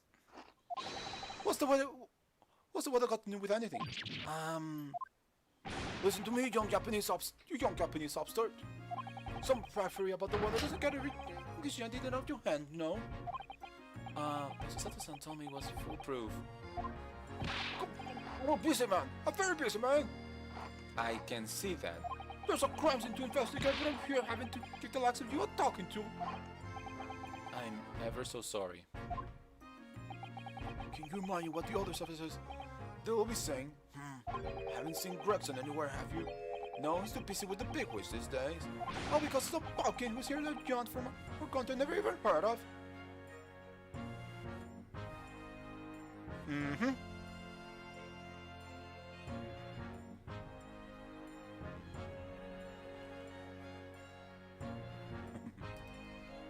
Oh, okay. Okay. Well, that's great. Yo, Blazing, welcome back. It's been a while. I don't know if you've been lurking, watching the case, or just are now just coming back inside. You know. It's great to have you here. We just finished the third case, and man, that was a mind-blowing experience. Now we're on case 4, and we're introduced to the detective. Where? Detective, quote unquote. His name is the inspector. Oh well, much thanks for looking around. You know, I did add a lurk message though. I do believe. Let me see if it works though. Yeah, it works. Yeah. Just in case. In case you want to use it, I do have a lurk thing. Yeah, no problems, you know. I mean, it's perfectly fine if you just want to stick around, just watch me do my thing. Oh, that's so lovely. Of course, thank you. I'm, you know, it seems weird to say this, but I'm glad to be somebody's background noise. Anyway, anyway, if I let the inspector squeeze his fries a little longer, they're just gonna pop right out. I'm sorry. Chips. Also, dude, could you please stop being a little xenophobic? Because everybody is doing it nowadays. It seems like the big thing. Don't rip and sell. That's my reputation. I think you are going to tatters. There's no need to rip us apart as well.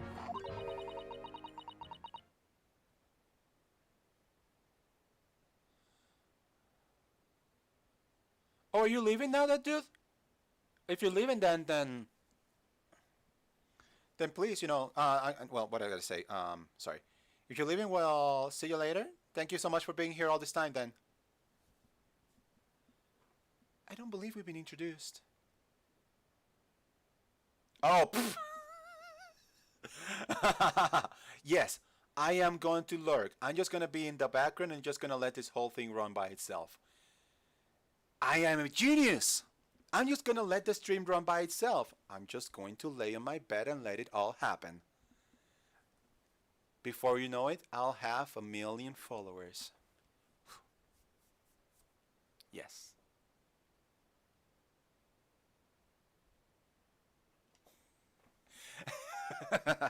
Anyway. Susato, I don't believe we've been introduced. This is Mr. Ryunosuke Naruhodo, a defense lawyer. Huh? It's a pleasure to make your acquaintance. Mr. Naruhodo, I'm Mr. Naruhodo's judicial assistant, Huh? It's lovely weather we're having today, isn't it? I'm sorry, Inspector. What's your deal?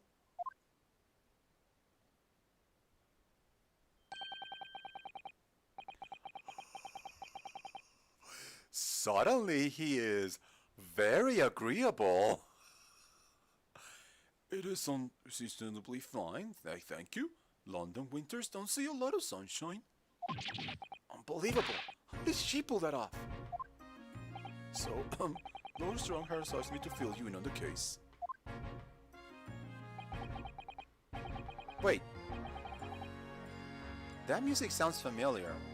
Like, I know I have it on the TV and I can only hear it a little bit, but that music sounds extremely familiar. Like, is it a different version of a track from the original Ace Attorney? Because it might well be. My name's Tobias Gregson. Inspector Gregson to you. I'm from Scotland Yard. Gregson? Oh, Inspector Gregson? What's the matter with Susato-san? Does this detective's name mean something to her? Alright, Gregson. The child? Oh yes, the child. Totally the child. I totally don't know what you're talking about, sorry. Inspector, are you perhaps the Inspector Gregson?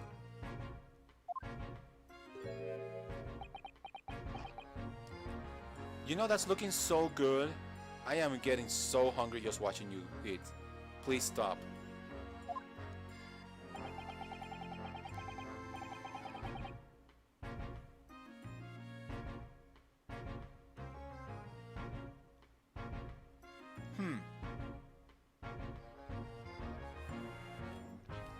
I'm not sure. After all, I know nothing about this game, so anything I say about this game, maybe reference to something, or I know this character or something like that, it's purely conjecture. I don't know how the story goes into this game, so... You're acting as you know this man, Susato, but he's a London detective. Oh, I do know him. Very well, in fact. Very well? Yes, he features prominently in the adventures of Sherlock Holmes. Oh, in that publication. What's it called again? Rand's magazine? That's right. Inspector Gresson and Mr. Sholmes enjoy a wonderful friendly rivalry. Really? You rival the great Mr. Sholmes. That's incredible. Oh, well, I don't know about that. Mr. Sholmes isn't a professional like myself, of course, but he does come out with the goods from time to time. Mr. Sholmes is equally complimentary about you, Inspector, isn't he? You've earned his highest praise. Gregson is the peak of a bad luck. You might wanna look at what you're saying again. Gregson is the peak of a bad lot of all the Scotland Yarders. Those were his own words. That's his highest praise? Well, Mr. Sholmes isn't particularly known for giving compliments, you see. That he is not. And thanks to the magazine, my name's known all over London. Down now. That's great, isn't it? I have to admit that to start with I was a little, well, flattered by all the attention. Everyone wanted to shake my hand and my reputation in the yard went through the roof. Well, that's wonderful. No, it is not. There's nothing more sinister than a man on the street. People are always looking at me now. They're whispering rumors about me under their breath, I'm sure. Rumors? Are you quite sure? He's changed since his daughter appearing in the stories. His face gone to his head, stuff like that. Gosh, do you really think people are saying such misspirited things about you? Like I say, they whisper, so I can't catch exactly what they're saying. But I know what folk are like. I'm sure that they're saying, sure as X is X. Yeah, I don't know what the saying is about it as well. I get this feeling this detective could be very hard work. Oh dear, perhaps the sudden rise to fame does change people. Alright. So, Mr. Gregson, Inspector Gregson, tell us about the case, please. So, about the case that the Lord Chief Justice mentioned before. Nothing to tell, really. As far as we're concerned, the yard, it couldn't be simpler. Oh dear, that probably means that as far as we're concerned as lawyers, it couldn't be more complicated. I wish you were wrong about that, but I have a nasty feeling you're right. Yep. A young woman was walking along the pavement on Friar Road when she was stabbed from behind. Fortunately, it wasn't fatal, but she's still laid up in the hospital, unconscious. That's despicable. What sort of coward would attack the poor woman from behind? I suppose you would have finished whoever it was off with a suicide takedown with you. That's neither here nor there, Miss Nodhada. Brace yourself, Inosuke, you've angered her now. At least he knows. He knows when it's coming now. Anyway, after something of a whirlwind investigation, the criminal was arrested. He barely had time for a cup of tea after the incident took place, to be honest. So, there must have been something left at the scene that led you directly to the culprit?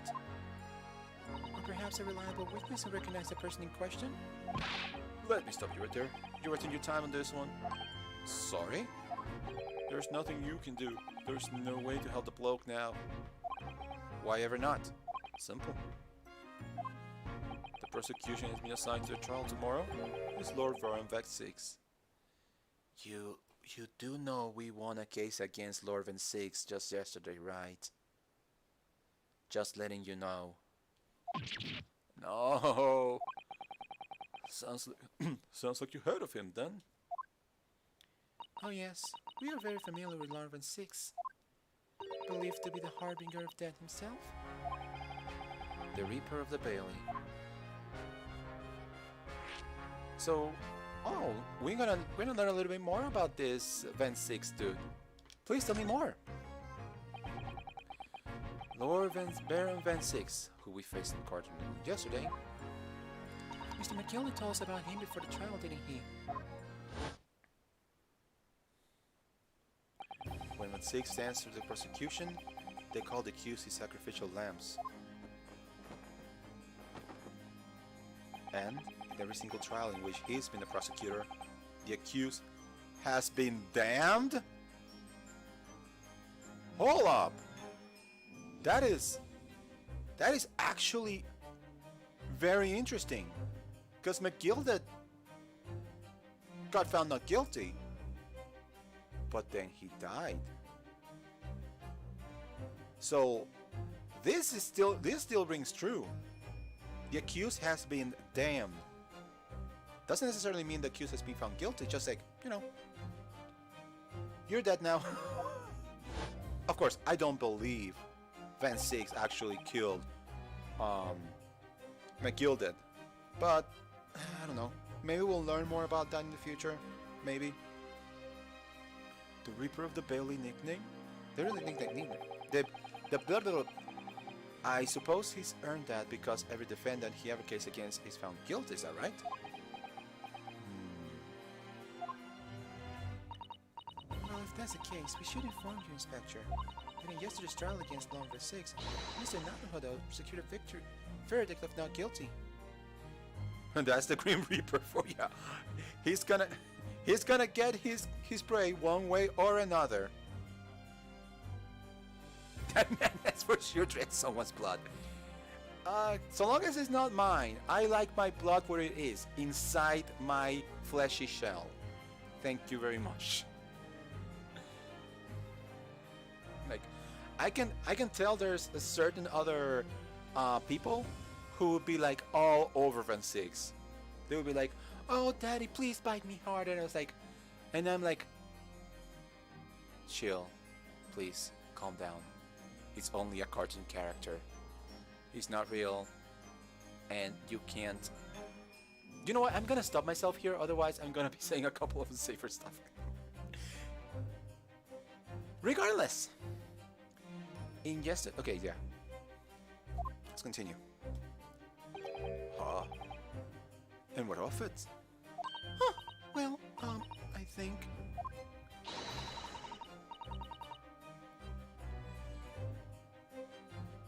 Any other games in the Ace Attorney series? Yes, I have. Let me see.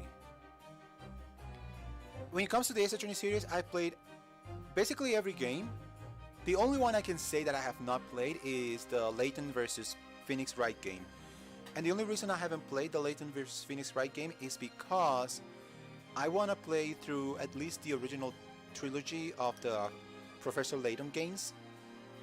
So I can get a taste of how the gameplay is like and how the story progression is like in that game, in those games. Once I do those, I'm gonna play Professor Layton versus Phoenix Wright, and that will be the final game that I haven't played. Yep. Now the Layton games are made by a completely different company. It's not Capcom. It's Level 5, but I'm very intrigued because I would love to hear your theory about what is it, whatever it is. I mean, throw it on me. I will read it after you post it. So that means that even against the Reaper of the Bailey, it's not impossible to save the defendant. No, you really don't have a clue, do you? What do you mean? Where did he put the fish and chips? What happened to the bloke in the end? Huh?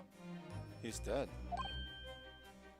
Oh, Magnus McGilded came a cropper in that omnibus when he went up in flames. So you can't rightly say you saved the defendant.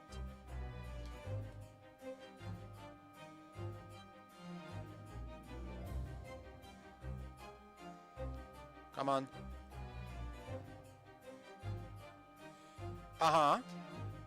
Yeah, that's what I've been led to believe. Except, you know, I don't know how this story ends, so I don't know how are they going to justify that, considering the localization of the original Phoenix Wright trilogy, where it's supposed to be in America. But yeah, it's supposed to be Phoenix is the descendant. No, Phoenix is supposed to be Rinosuke's descendant, or however it is, you know.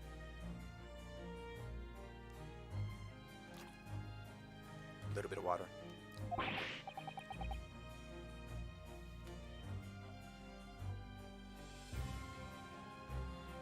Okay, I have not played the other games of these games yet. Okay, sure.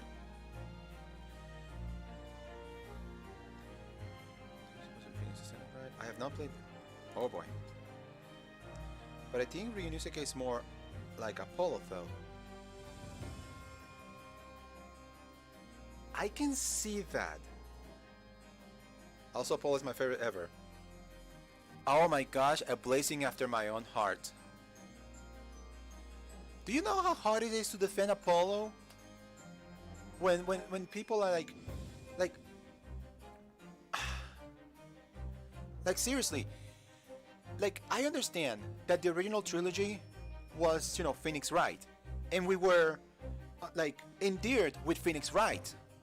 Like yes, we understand that, but then you find SH24, they bring a new character. Here he goes, here comes Apollo, and it's like, oh, he's not Phoenix, therefore Apollo bad.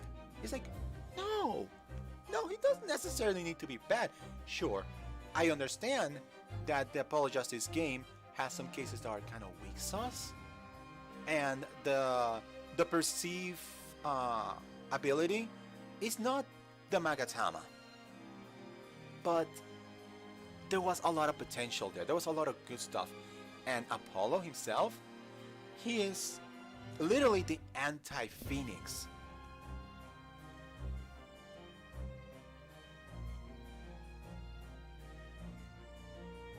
Why you have to diss pineapple on pizza like that, bro? Ah. Why you have to do that?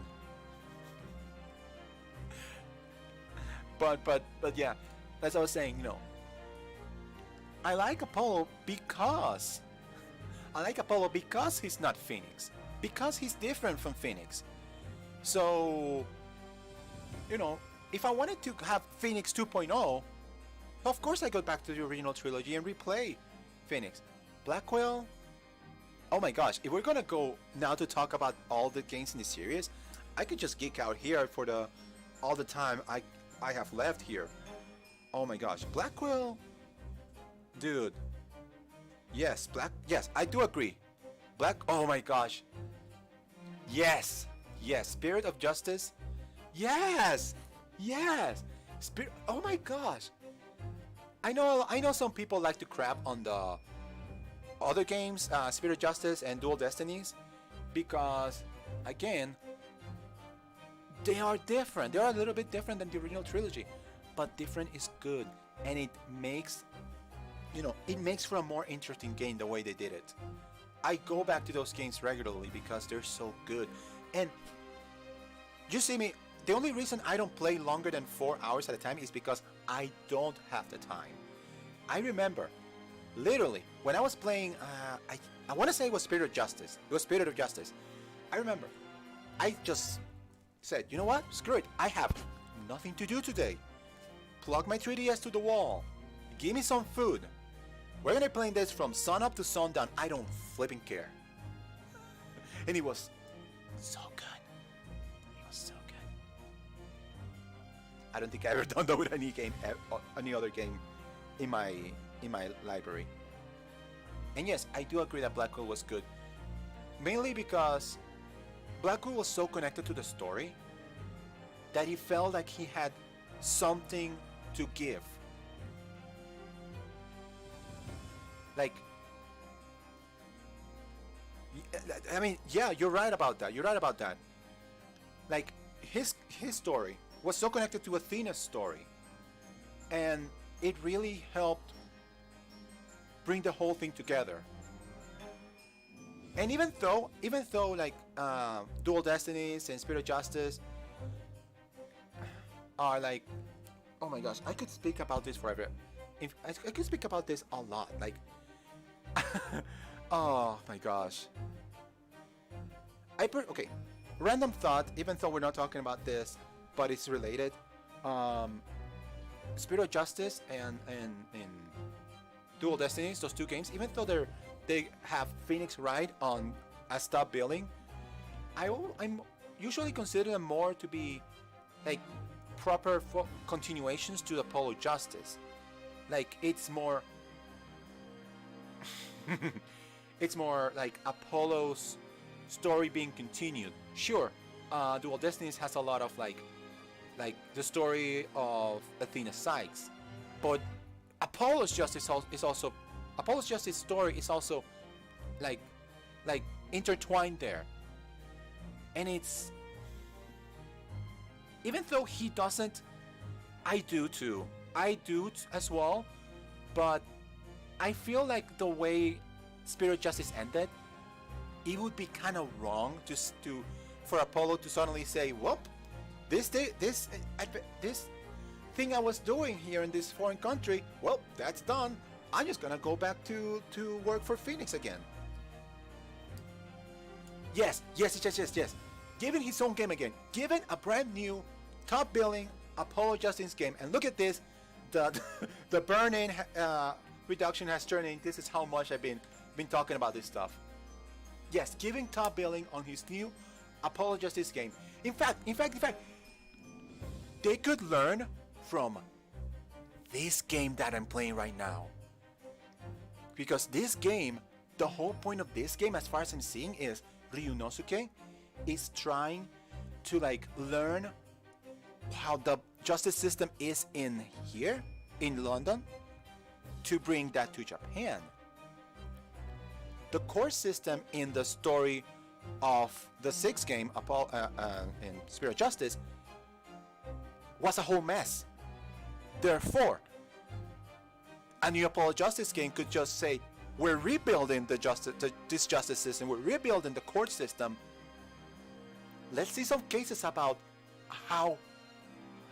let's see some cases that show how this thing is being rebuilt. I will buy that in a heartbeat. Give me a new Apollo Justice game. That's what I want. Ah, I need a cold shower after that.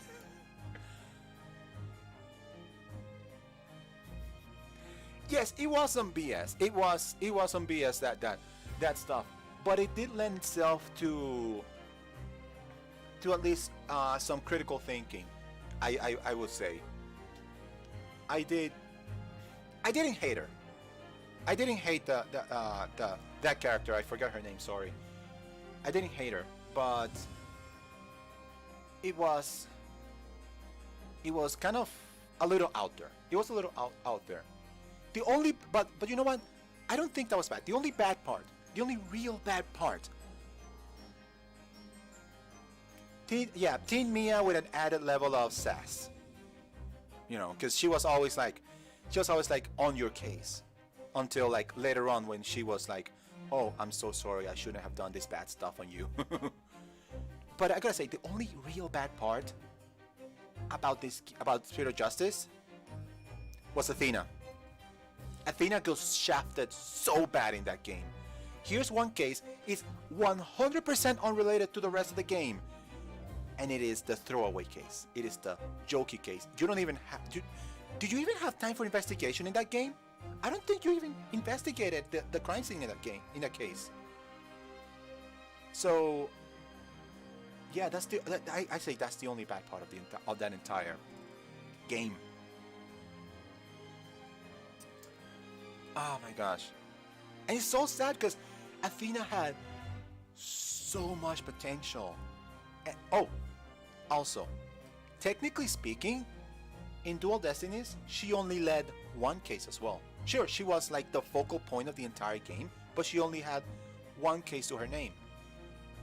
I mean, it's okay because she was the focal point, but here in the other case, in Spirit of Justice, I'm sorry, I keep like, I mean, I'm okay. I'm not gonna claim I have some encyclopedic knowledge of the Ace Attorney series, but it's the stuff I noticed when I play the game. Because Athena is so prominent in the fifth game, you never really notice about that. Pawnee.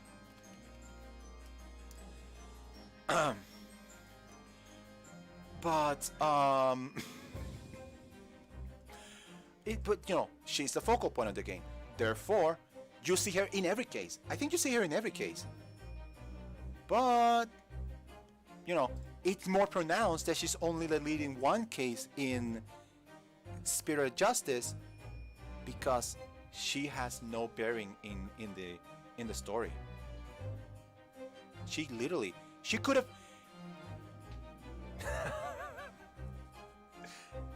I'm not gonna deny that. I do throw my puns every now and then when I can. I did enjoy that. But yeah. Oh my gosh. I'm glad I found people that love those games. There's this guy, and you might know him. For the most part, I like this guy. This guy is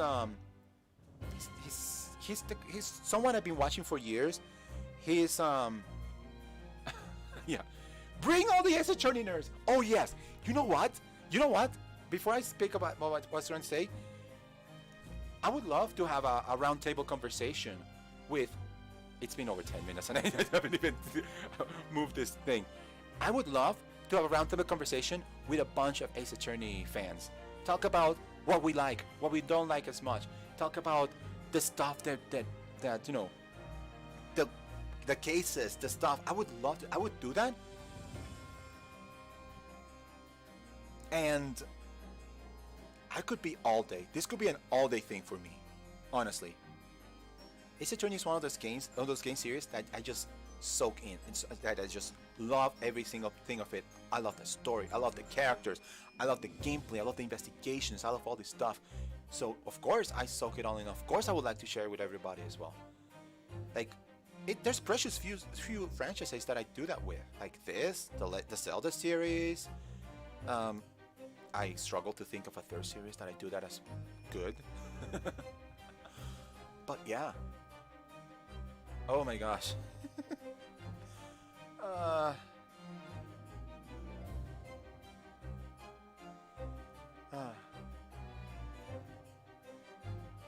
Give me a second, I need a drink.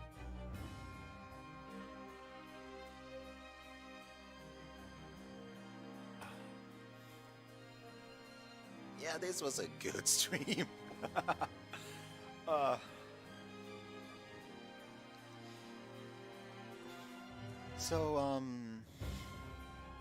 Oh yeah, I forgot.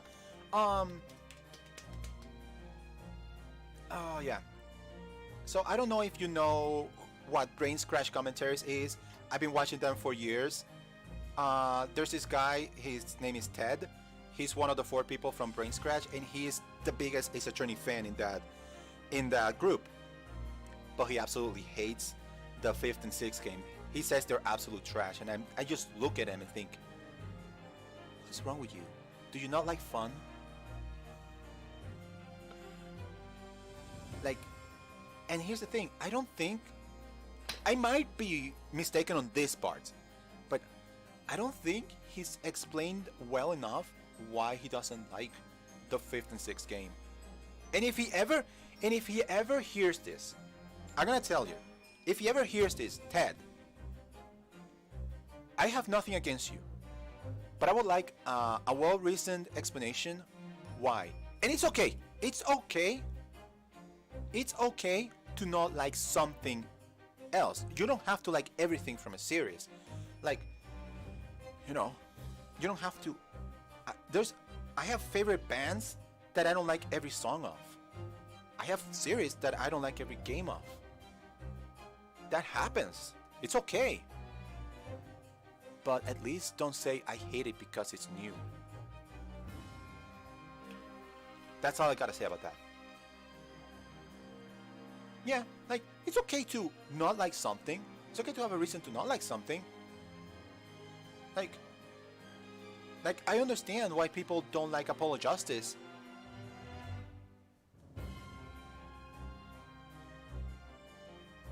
Okay, understandable. I personally think that they considering the technology that was on the 3DS, they did the best to make sure the images translated from 2D to 3D.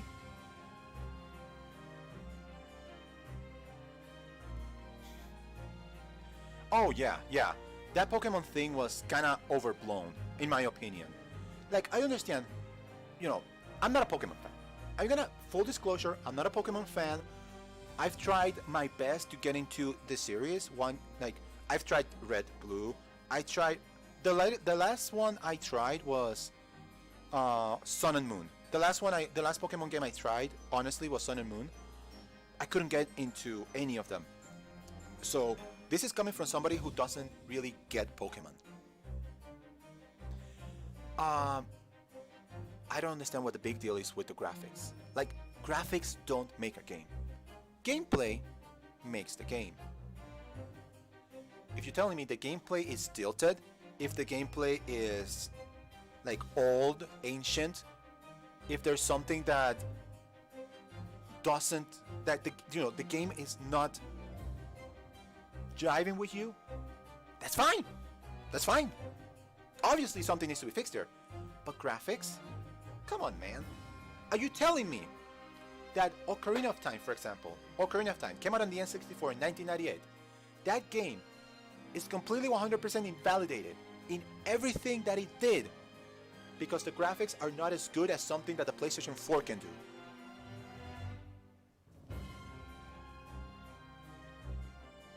That's all I'm saying. If you care for graphics so much, buy a PC.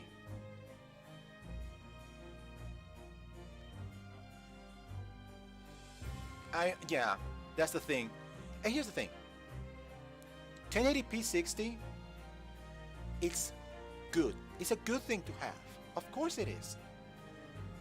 4K textures, 4K 120, that's great. I have an Xbox Series X sitting on my living room right now. And I do plan on using it to play some games on stream. Particularly, I think I'm gonna do that for Psychonauts 2. Here's the thing. It doesn't matter. The graphics don't matter. Because something newer and better is gonna come 5-10 years from now. And then what you thought were the best graphics in the world, they're gonna be outdated. There's a reason why I personally don't really like ultra realistic graphics. Because those are the ones that are gonna be the quickest to go, like, become outdated. Like, have you seen the ultra realistic graphics of the PlayStation 1? Those look horrible nowadays in comparison. But then look at games on the PS1 and N64. Games like Banjo-Kazooie, Crash, Spyro. Give me another game which, you know, something with pixel art. Exactly. Something like Alondra.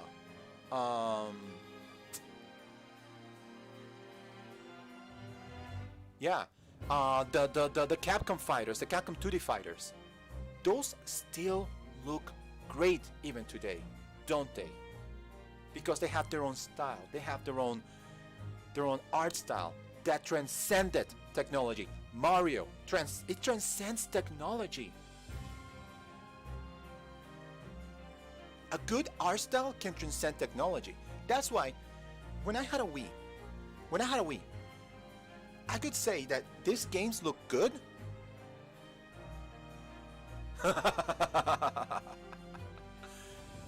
Our sprites, brethren.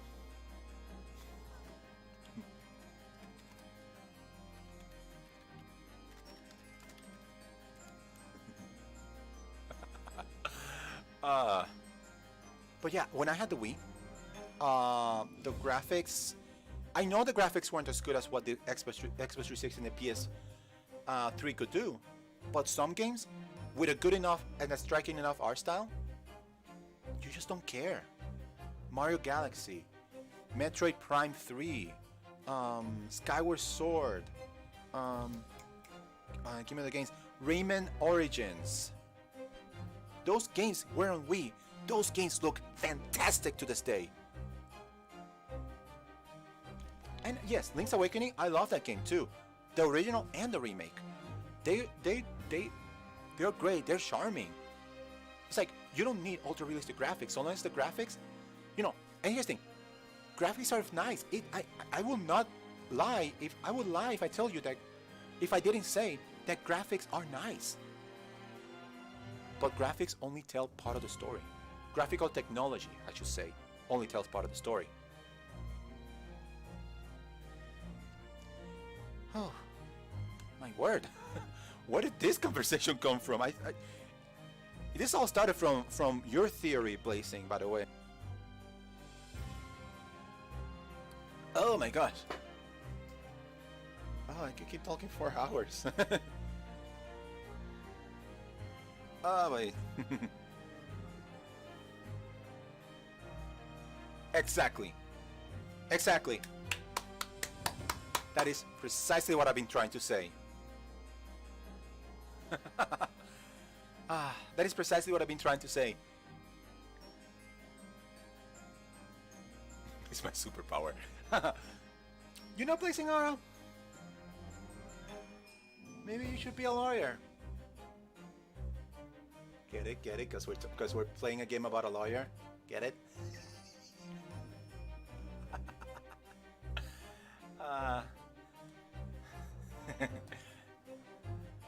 No objections here, Your Honor. But yeah, I do like me a good visuals, but I can still play N64 games no problem. I don't think they look awful.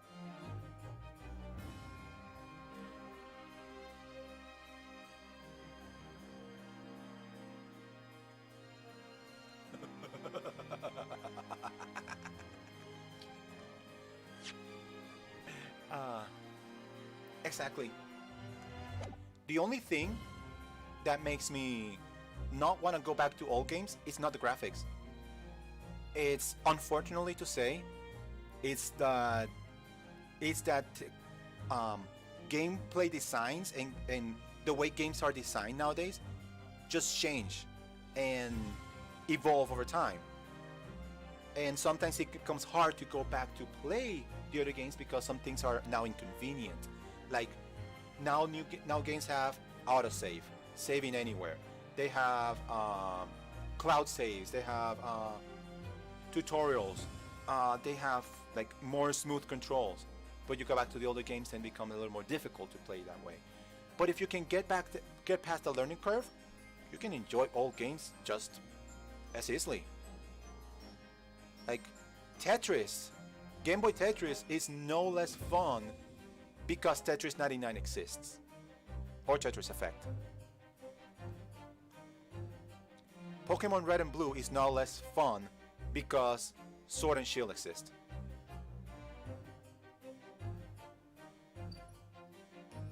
That too. Persona seems like a game that is entirely impenetrable for me. Like I see those games and I think, how the hell am I going to tackle Persona? And Persona 5 looks insanely approachable by comparison. I would love to play Persona 5, except, you know, I don't have a PlayStation. Persona 5 is not on PC yet. Like, boop, come on. That would be good. That would be cool. It's not on my docket yet. I do have some plans. Oh, I mean, Persona 4 Golden is very easy for me to get. I mean, I do have a PC that can play games that are way more powerful than Persona 4. I'm thinking perhaps. Sorry about that. I'm thinking perhaps if I do Persona, I'm not sure if I wanted to want to stream it. I want to have a feel for it before I decide I want to plunge into it. Because it's a game that seems to demand a lot from me, a lot of time from me. I would either A, have to take it on my own, play it on my own, or B, be so advanced into my streaming life or my streaming like progress.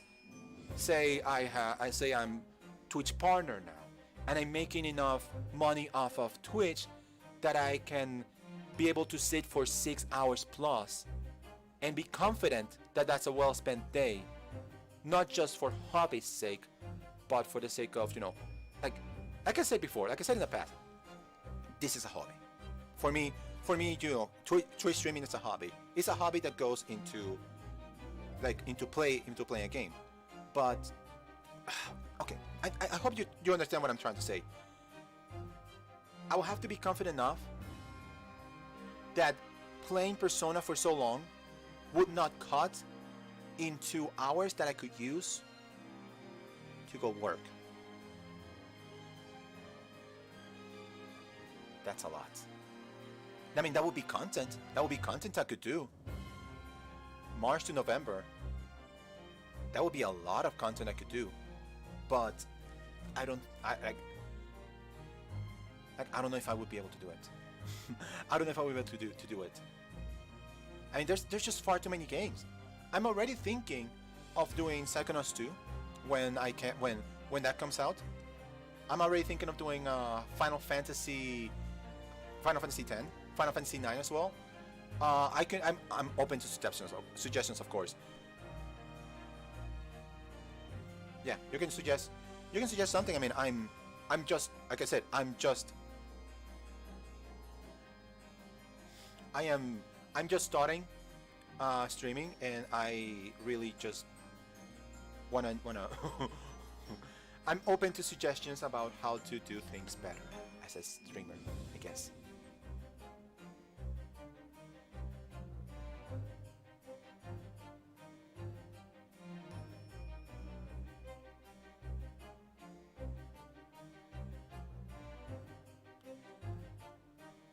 Are you like saying, not so subtly saying, hey, watch my Let's Play of Persona 4?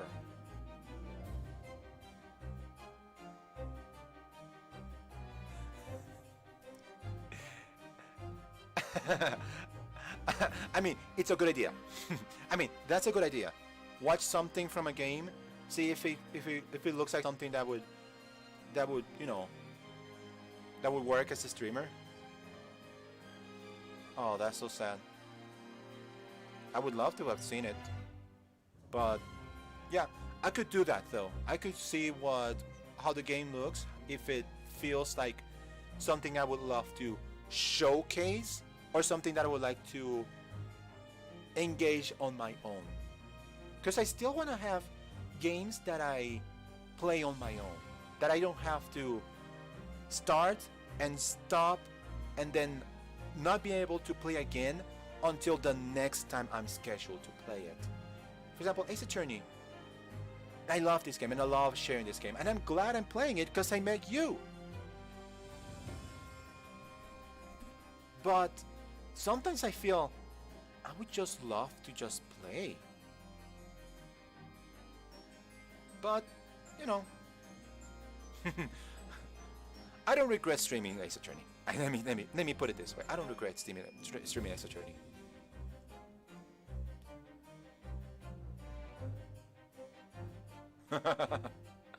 True. I used to think before, in the before time, I used to think that I could just do YouTube videos. But with with the lack of time I have, it's probably not worth it. It's probably not worth it. So yeah, I just use whatever time I have. I use whatever time I have to stream. And the good thing is about streaming, I'm looking into the schedule, into my streaming schedule, and I'm going to potentially like change some things. Like today I started streaming at 2. No, sorry. Well, I'm out at 1 Pacific instead of 3 Pacific. Which is my usual starting time. I'm thinking I'm gonna keep that, but in order to do that, I'm gonna have to cut my streaming days. So it's gonna be just Tuesday, Thursday, Saturday, Sunday, which works best for me. I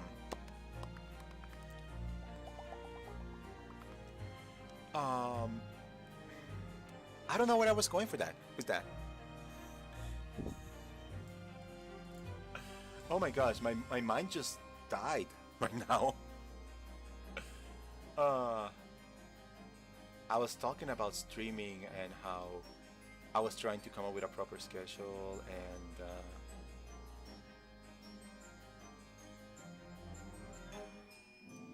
yeah, Yeah, I've seen that. I just haven't been courageous enough to create like an actual schedule on Twitch about how I'm supposed to be streaming or how I'm supposed to like do streamings. I do have on the about page on under the stream, if you're watching this on PC, I do have like a small like blurb about what I'm going to be doing. I'm going to change that, of course, because I'm gonna be, if I can do it, I'm gonna be streaming for more than 2 hours at a time.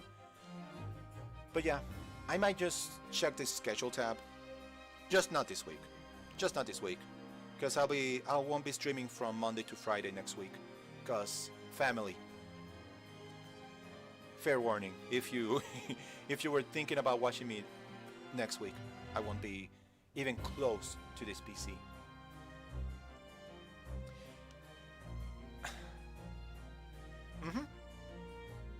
You know, this has been a very, very wonderful talk, and I would love to keep talking, honestly. But it's getting really close to my quitting time. Oh, oh my gosh, dude. I'm getting hot and bothered here. You saying that?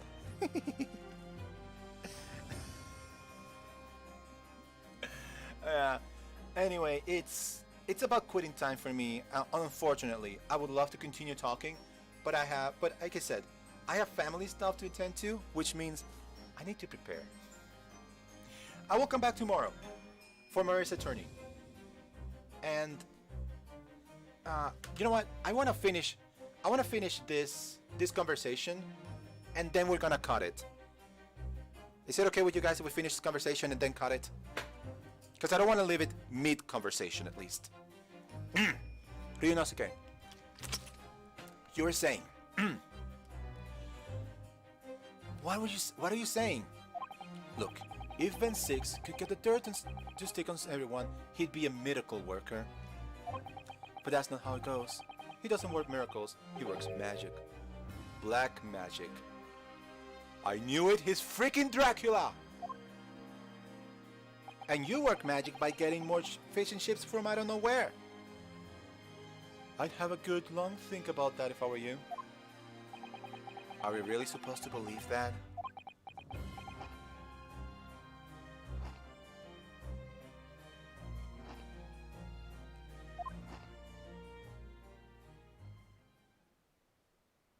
Right. Well, I feel you as requested, and I'm very nearly out of chips. That's a miracle. So I'll be heading back to the crime scene now. We're still carrying out a few investigations there. It was Briar Road, you said, didn't you? Where the incident took place? Not my ships. Oh, quick questions while you are still here. This is related to the stream. It's my mic quality okay, good, or poor? Because I'm thinking, I don't have the money now, but I'm thinking the first thing I'm going to upgrade is going to be my mic. Does it sound great? Okay, good. Good. If the mic sounds fantastic, then I'm probably going to wait a little bit longer than I thought I was going to do to get a new mic. Good. It was Briar Road, you said, didn't you? Where the incident took place. That's correct, ma'am. And if you head over there to the holding cells, you can meet the criminal himself. You branding him a criminal already? He's as good as. Shaking like a leaf in his cell, he is. He'll give you a chuckle if nothing else. He's inmate 53. Speak to the yeller and he'll show you the way. Inmate 53. Thank you. And he's gone. So there's no helping anyone against the Reaper of the Bailey, they say. Is something troubling you, Mr. Naruhodo? To tell the truth, when I recall the trial yesterday, I can't stop myself from shaking. The idea of facing the Reaper in court again is... Well, if you think it's too much for you, there's no shame in turning the case down. That takes courage, too. But if the man they've arrested is innocent, you could well imagine he would be shaking like a leaf in his cell. And I, for one, wouldn't mind the sight of that. Wouldn't find the sight of that funny. So, if I'm honest, I'm still reeling from the shock of yesterday's events myself. And I'm really not sure if I'll be able to help this man, wherever he is. But I'd like to try. So, if I'm going to make some inquiries, would you help? Do you really think you had to ask? After all, I am your judicial assistant. Thank you. So then, shall we? Yes, let's go. And we will do that tomorrow. Potentially at 1 Pacific, 2 for Eastern. Oh, I'm sorry. I'm sorry that happened to you. Yeah. Sometimes I don't even know where I'm. Well, thank you. Thank you so much for being here. Thank you for that amazing conversation that we've had. And man, this is just getting better and better as we go. I love this stream as well. Believe me, this is bar none the best stream I've had today. I mean, so far. yeah, I streamed so many times today. Okay, thank you so much for being here, and please stay safe out there, because things are not looking that good for us right now. And be kind to one another and have a wonderful, magnificent day. Alright, so goodbye.